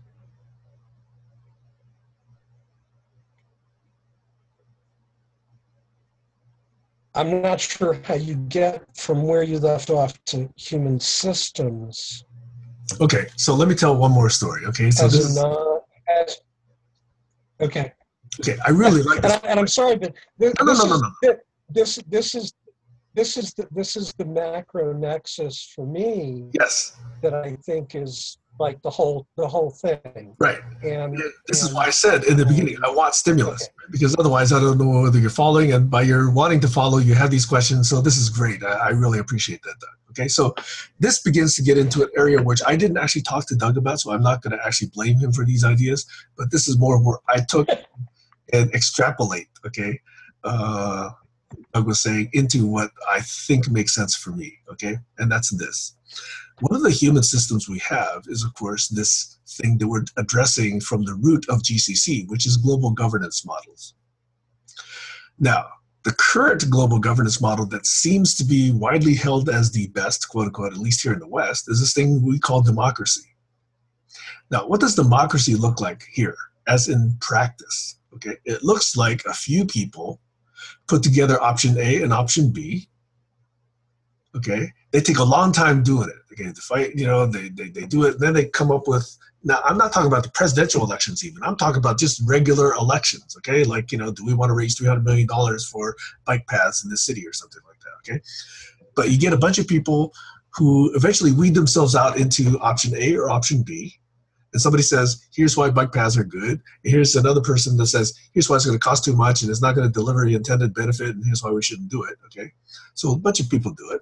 And then you get a million people, 2 million, whatever, you know, number, very large number of people that spend what, 1 minute, 2 minutes, 30 seconds evaluating each of these proposals, okay? Either making a guess or even doing less. They can say, oh, hey, what do you think? Oh, you're going to vote for it? Okay, I'll vote for it, okay? That's the typical behavior of busy people who are trying to survive. They don't have time really to study. Now, obviously, you know, Tammy's got a much better take on this because, you know, she's an election professional. I'm not. I'm speaking as an amateur sociologist here, okay? But I'm saying the time invested in creating the options is in a certain small number of what I would even call vested interests. And then you got a large number of people who really are not that educated on the issue, spending, what, 1 minute, 30 seconds, 15 seconds, whatever it is, but some small amount of time relative to their other set of priorities, say, okay, I'm going to make this call either A or B or whatever, okay? And that passes for democracy today, okay? My apologies to politicians or professional economists or whomever else that, you know, has a much better take on this than me, but I'll use that model for now. What I would prefer to see, and this is why I'm kind of addressing your question this way, Doug, is what if we give everybody in the city a way to engage in that conversation and to whittle down the good ideas and the bad ideas? What if we had not just discourse and debate, but actual trackability of whether evidence supports this thesis or evidence counters that thesis? Or this model supports that plan, or this model says that plan is too expensive. What if we actually did that in a tool-assisted way so that we're not just blasting loud noises at each other or taking up column inches, we're actually doing it with a well-constructed train of thought? What if we actually had that well-constructed train of thought open to participation by everyone? So that I can say, well, over here, I've got too steep a grade, the bike path cannot come over here, so that's why it's not going to work. And I can see it because it's right outside my door. And I can still participate and add value to the larger conversation because I have my piece of valuable information that needs to go into that consideration. What if we could provide this so that the bulk of the time was spent by everyone who chooses to participate? By that I really mean everyone. So that by the time that the best ideas get whittled down, you've already got a plan and there's almost no need for an election. What could happen is you could have a couple of modes, okay? So somebody says, well, here's a bike path, but maybe we should have public transit. So maybe you could actually have those two modes of conversation happening. But at least they would be well substantiated, well tracked, with good reasoning, with evidence, supported to and from, with all the way back to actual ground data. What if you gave that set of tools and technology and practices to people rather than simple yes/no votes? That's what I would like to see from a human systems standpoint. That's one example, just to answer your question, okay? And if you want, I can come up with other examples because I love this question because it gives me an open door to talk about 4 or 5 other things. So that's one over for now. Wasn't that exactly what we were talking about in the offer? Not to vote on different who is the best, but to have a tool to have all ideas on deck and get a better view on what everyone has to offer. Yes. And then find good solutions. I think that was the source of why we are here. Yes. In fact, I think that the global governance model request from the Global Challenges Foundation prompted, right, that question as well as this particular forum and this group and the proposal that got written. To me, the pieces that I'd like to see are above and beyond what I just described to you. And I'm not going to use a brand name, but I'm just going to suggest a few things, okay? What if what we did was not just text? In other words, what if what we created together was actually, in a sense, executable or runnable or testable?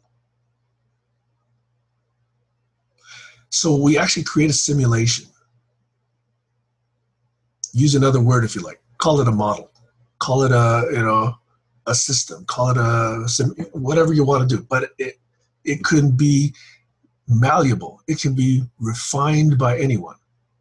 So if I say part of this bigger question is something having to do with, let's say, the cost of asphalt. So I've got this knowledge base about the cost of asphalt and how much you really need, okay? And yet somebody says, oh, I'm off by a penny or I'm off by a nickel because it's spring now, it's not summer, okay? Somebody can take my model and refine it and make it better. Likewise, if somebody else has a water availability model and has the cost of piping, I could say, I'm going to come up with a whole different system of piping. So I'm going to put my piping model into their irrigation model and make their model better.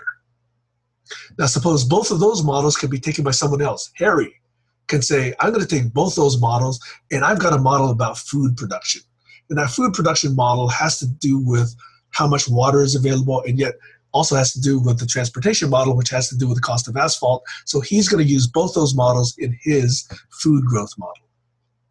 Suppose we had this way of composing each person's expertise together so that we could each be refining each other's ideas and testing each other's ideas. Harry, you had a question. Yes. What struck me is that when you're talking about Silicon Valley, that those people were very tools oriented. And I might be mistaken. Are you talking tools now or something else? I am talking first, what if we could do this? And secondly, if it is a good idea to do this, then of course, I think it could be made on tools to help us do it more easily, yes, faster, better, cheaper, etc. Could you elaborate on the business? The business is that we each are sources of expertise. We're each the sources of models. Yes. I'll give you a simple... okay, then I have a question. Mm-hmm. I think what I have not learned, and this might be true for others as well, I have not first haven't learned to feel, to think, and to have good conversations, no matter what tools you offer. That's my problem. Mm-hmm. And I don't know how this fits in the vision you have from Doug. Do you think those skills are teachable? Yes. Do you think that you've been taught how to do those things? Yeah. Sorry, No. Doug, you have a question. No, I just want to interject. You said, are those skills teachable? I don't know whether they're teachable. Are they learnable? Absolutely. And those are two very different things. Yeah, I agree. I just wanted to interject that before. Yeah. Yeah, we could have a conversation around that, but they're at least learnable, and I think I could have been taught quite a lot better about all those aspects than I have been. Mm-hmm. And that would have helped me no matter what the tools would be. Then I could, like, when you're a musician, you have a good sense for music. You know what the difference is. You can have a good musician on a poor violin, or a poor violin player on a good violin. What do you prefer? So I think the qualities we bring come before talking about the tool sets. Absolutely. Okay, absolutely. That's what I want. Absolutely. That's my interjection. Thank you. I think, though, that we see too much the opposite take place, right? We see technology basically altering significantly the way we behave. Because the iPhone gives you one way to do something, so we all learn that one way. Or replace the iPhone with whatever other technology you like. The QWERTY keyboard. Exactly. There you go. Right? We all learn the QWERTY keyboard, so we can't actually learn the Dvorak keyboard.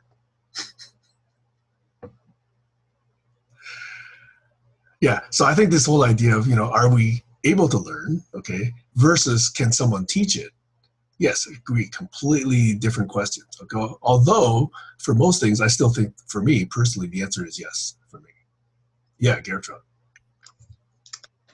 I think it's not about teaching, it's about practicing and having people that know how to create that space in which people can practice, not to impose it on people. So I think teachable is the wrong word. It's more teaching space in which it can be practiced and thus learnable.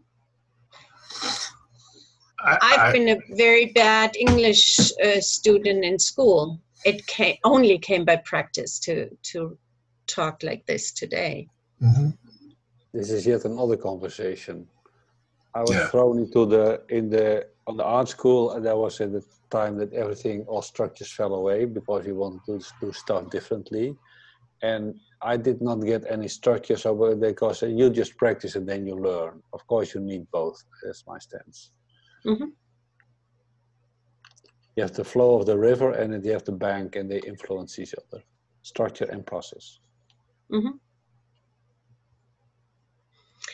And I just want to share when I was listening all the way through, and I was really interested, and I thought it was really, but this, where you come to life, really come to life, is just now when you talk about how would that be if we did this and that, and so it's like, oh yes, let's do that. So this is really sparkling and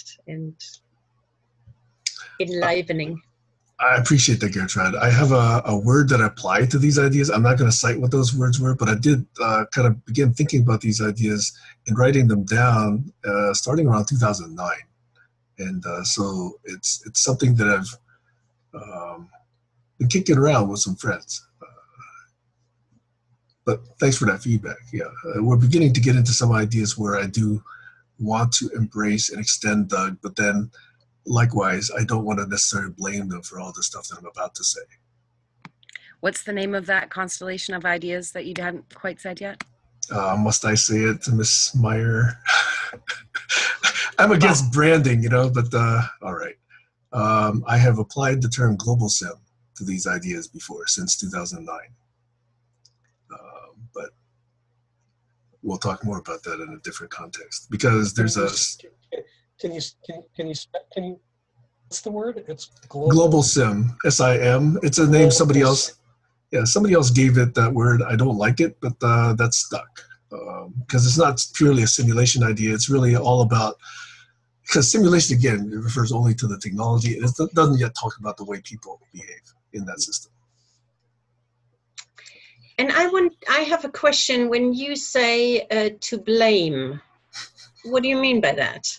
I'm just being pokey, Gertrude. I'm being pokey. Yeah, it feels awkward. So yeah. I would like to know what you it mean by means, that.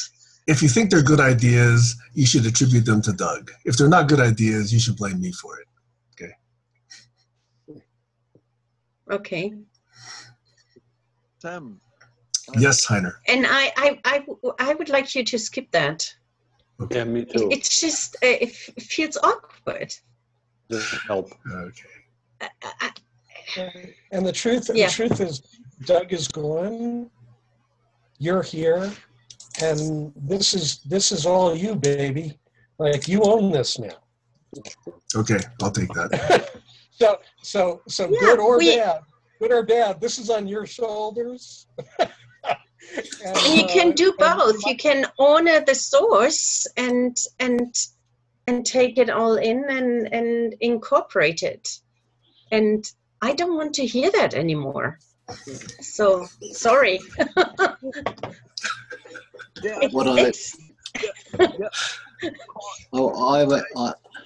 No, there are two sides of the coin. I like that very much, because this digging deeps, for me, opens a lot of interesting questions. You mentioned Ward Cunningham, who started Wiki and Wikipedia and all this. He's about my age. So he could be a pupil like me, hearing about this early creature in the dark. So understanding the roots helps you to understand the wings. So this ideas of the Portland pattern repository, or however it was, looks very much like it was with Doug.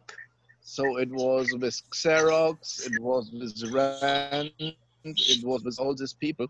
And if we don't understand the original intentions, we are fumbling in the dark and we don't want any name dropping.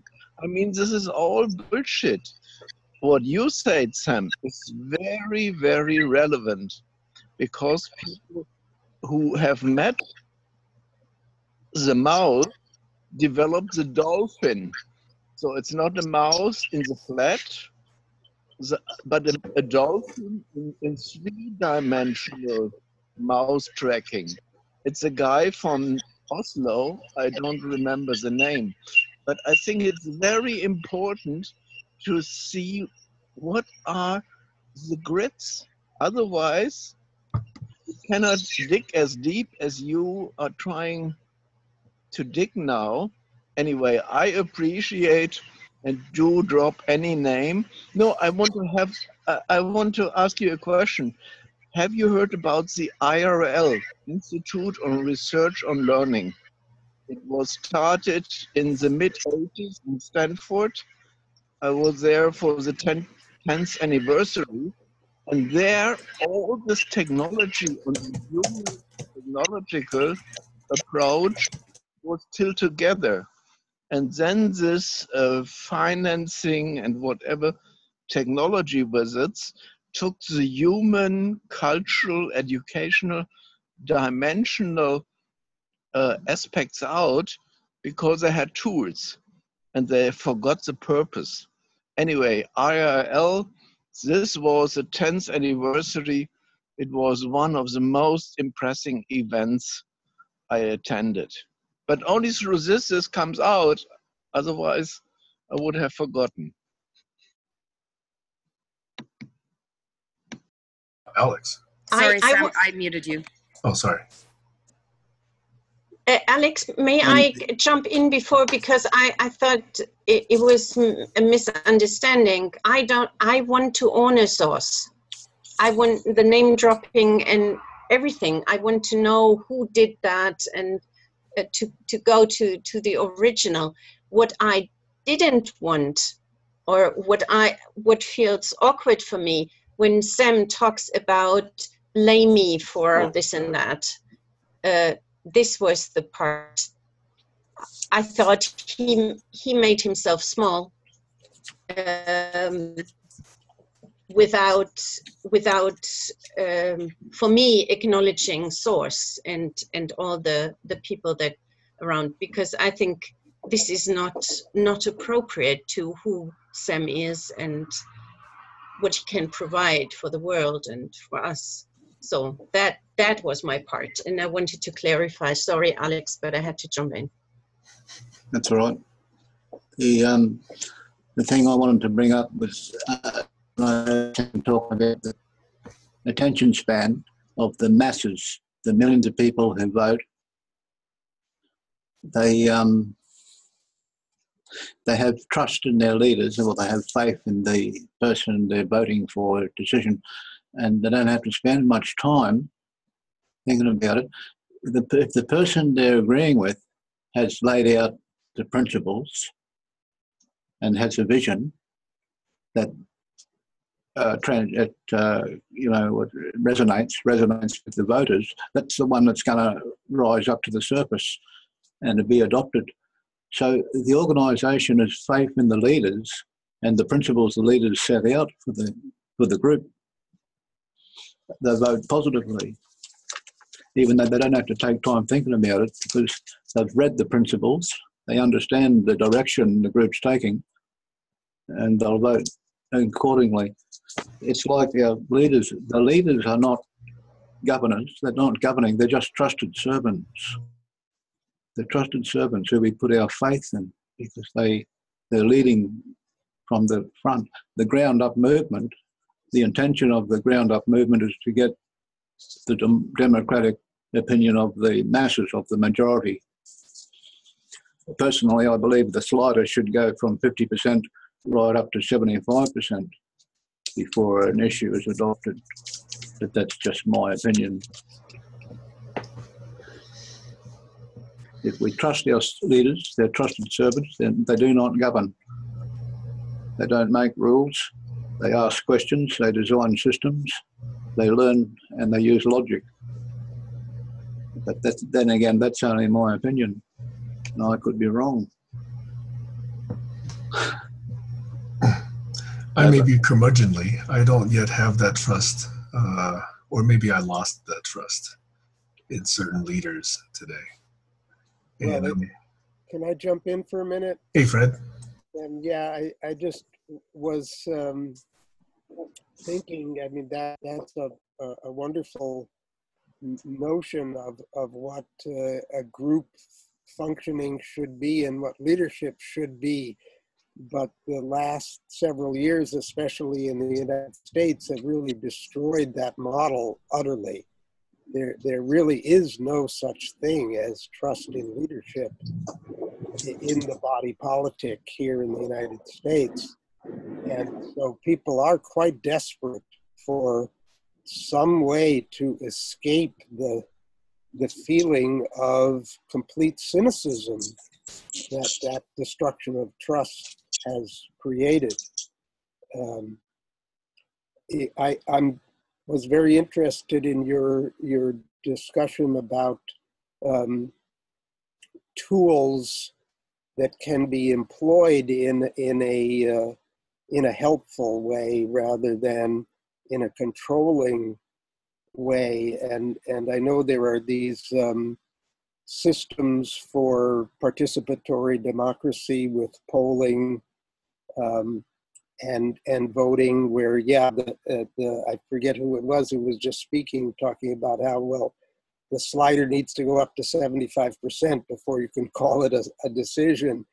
And that's part of that. Now, my personal history includes 10 years living on a commune where we were practicing radically anarchist governance, quote unquote governance. We really had no governance systems that were agreed on, and everything could change at any moment given enough impetus to make the change. And it continues to be a struggle. The group still exists, and I'm still a part of it, even though I don't live on the land anymore. And we struggle a lot with these questions. One of the things that living communally gave me was what I feel is almost always the highest tolerance for ambiguity of anyone in any group that I'm ever part of, because very few people have had actual experience of living communally. And part of living communally means you have to be able to accept that, yes, this one person just joined the group, and now the entire dynamic has shifted, and everything we were talking about before has got to change to accommodate this person. And that's okay. That's just part of the process. But that's very hard for most people to deal with. So I do think there are ways that our current communication tools and kind of instant polling devices could be helpful for creating real collaboration. But it's very hard to get to that when the general body politic has lost its trust in any kind of process. So just... Yeah, I have a lot of follow-up questions on what you just said, but I'll just ask one, Fred. Does the group have a way of determining who cooks what meals? Well, we did when we had a large group. We had an actual sign-up sheet and with a chart for the days of the week and the meals, and people tried to get people to sign up and follow a schedule, but it was a constant struggle, and it didn't work very well, and probably at least half the time it was whoever was hungriest who ended up being the cook. Maybe I jump here because I'm a jumper, and I looked into 30 years intentional communities. And so I was, and Sam recently, Florence Lessig, who after copyright and really looking into secret and whatever organization, is now doing a lot of work on voting. This wisdom of the people, this voting, giving voice, we do around multi-track diplomacy and peacemaking with the American Indians in deep peace negotiations. So I know it from the real local Elinor Ostrom, and then expanding our mindset from the island and the valley to the broader realms. This is how we vote, how we agree not to agree, and how to live on. How do we do influence voting and do go to deep root causes? This is actually why I'm here, because I think there is a lot of power to do that. I was only compulsed or whatever, because Fred, you mentioned that. I didn't want it to take up the airtime. Sam, you're on air.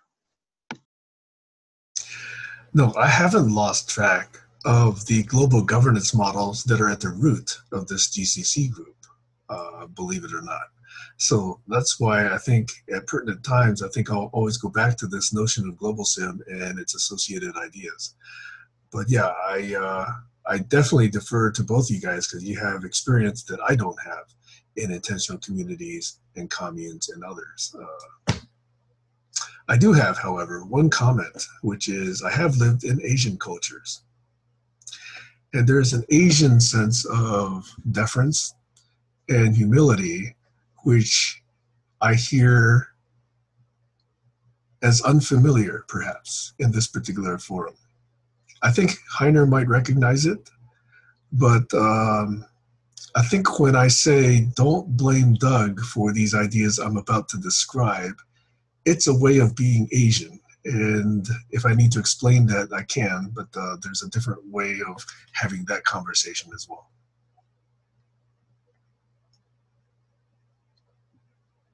Hey, it is 3, so we've gone on for 2 hours. And I know that I talked about launching into one of these big 4 areas of human system side of things. So would this be a natural break time, and shall we continue in the next session? It's your host. I would say yes, it's midnight for me, but it's a personal thing. Maybe we can check if people are very hungry to hear more. I wonder. Clearly, Yeah, and I would like to do it back out, not session, just leave. Yeah, clearly the next session has your name on it and beyond. So, you know, breaking here is not an issue or a problem in terms of losing anything. I would like to just ask, because I'm not quite done with getting out of you this human systems piece from a clarifications as a macro before the dive into machine, you know, actual component parts of. So if you don't mind, I would like to reserve the option to pick that up next week before you start getting into the grass and the weeds and the, you know, and the caterpillars. Not only do I not mind, I appreciate you hanging on to that piece. Yeah, I'm not letting that go. I really need to be 100% grounded in your vision of that. So, yeah. And with that, I'm complete in terms of a checkout. So I enjoyed, and the candle is still burning.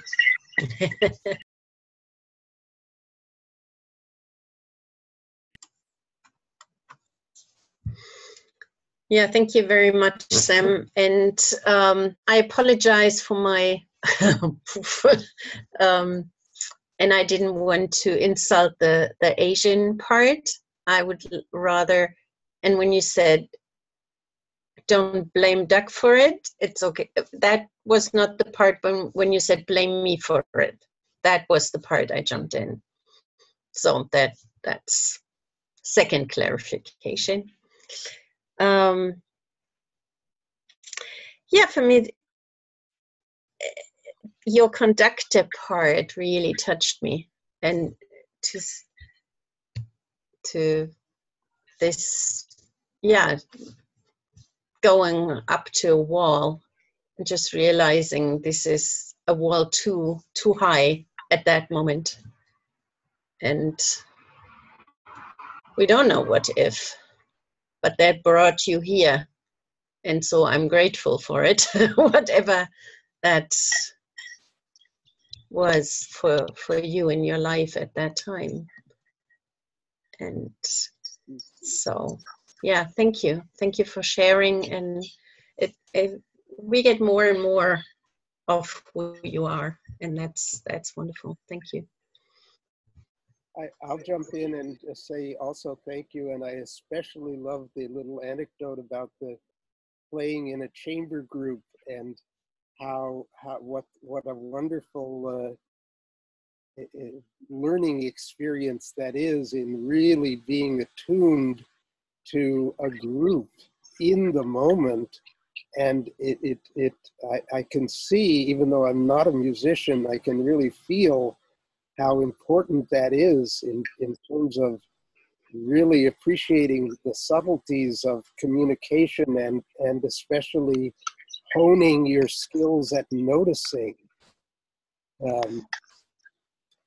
And again, when we talk about group process, I'm really excited about the possibility of a group like this, where we are making concrete that yes, there's all kind of we're using various technology tools now to make this possible, but it is the person-to-person, real life feeling connection that we're having that is the most powerful thing that's going on, it feels like. So thank you again.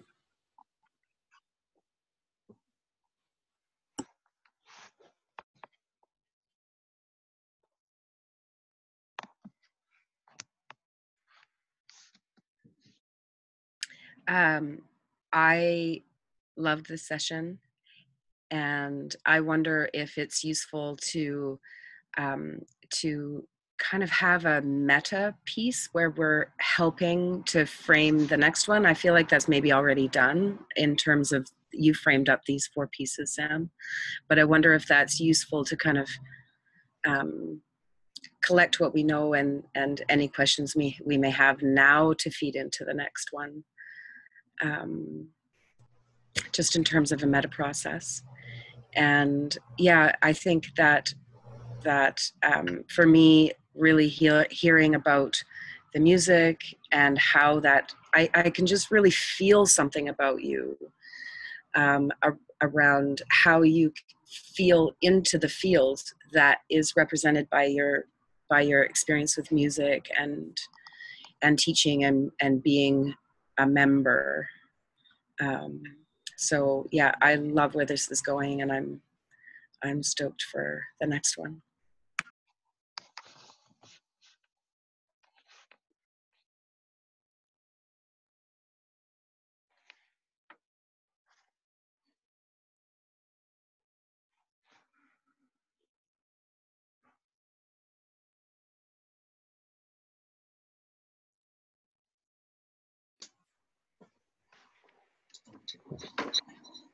Sam, do you have any idea about Sammy's question?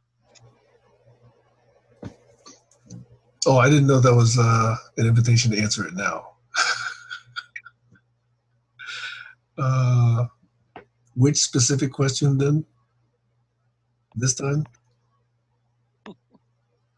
The meta part. Meta, yeah. I thought that was self-referential. Sorry, never mind. So Tammy referenced the fact that I had this human system side of at least 4 separate topics. That's not even counting the technical tool side things. So yes, there is the collaborology, the COI, the 8 artifacts, and the how-tos. And I think that we can pick off all of them or one by one in these sessions if there's continued interest. And then, of course, there's the more traditional tool system side of things, which is also an embrace and extend of those ideas. But I wanted to address the human side first because I think that's more the nature of these conversations here in GCC so far.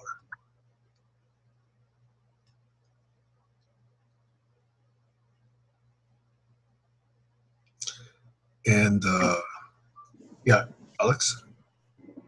I just think a brilliant tool for a conductor would be a tool that automatically tunes up every instrument in the pit.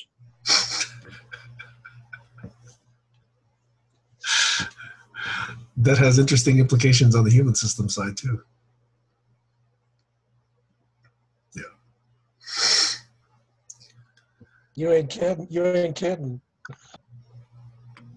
So Sam, I think one thing that would really help me is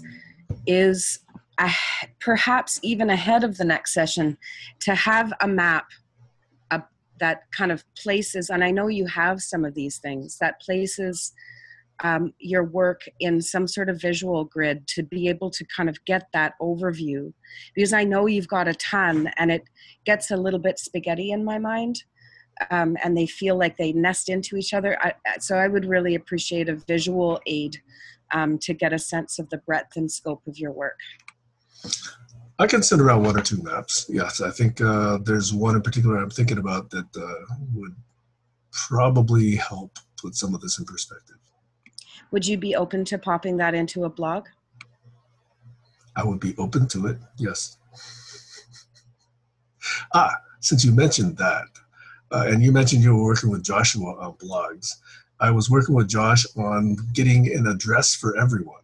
So in other words, I believe Heiner, Joshua, Aaron, and I already have subdomains. So in other words, we have heiner.globalchallengescollaboration.org, sam.globalchallengescollaboration.org, etc. So we can have any one of you we can create this within seconds, okay? And that doesn't mean you have to change anything. It just means that that address will now point to wherever it is you want to do blogging. So Heiner's points to banking.de, for example. And Joshua's points to joshuabridge.com. And Aaron points to perlmutterlabs.com. So anyway, if any of you want that address, let me know and give me the URL that I should point to, and I'll do it fairly quickly. Okay. Tammy, Yes. I feel I need to warn you or alarm you. The map is not the territory, and any kind of grid or map or model, may it be 3 or 9 dimensional, will not help.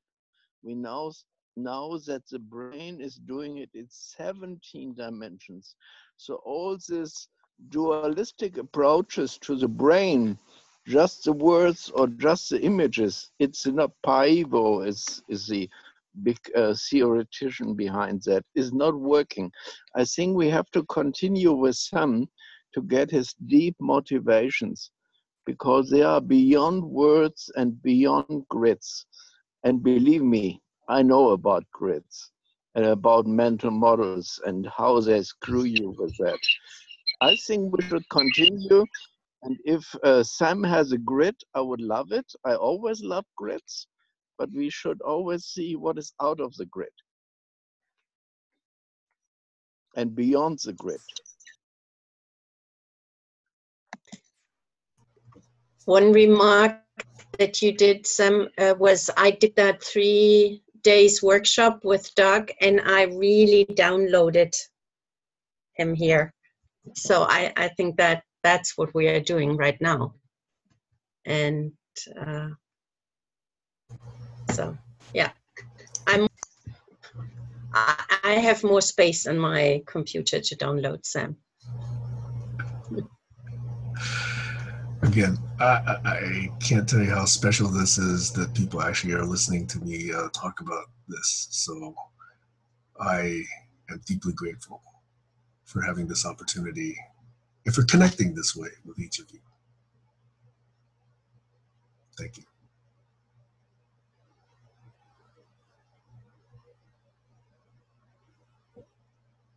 Well, this seems like a perfect natural moment to call it a day, or for me it's a night. Personally, I very much look forward to the next session, to be continued, Sam number 3. I thank you all for attending, and I'm wishing you a great day or good night wherever you are. And I hope to see you next time. Thank you so much. Good night, everybody. Thanks a lot. Night. Good night. Thanks, Sam. Thank you. Thanks, Harry. Thanks, everyone.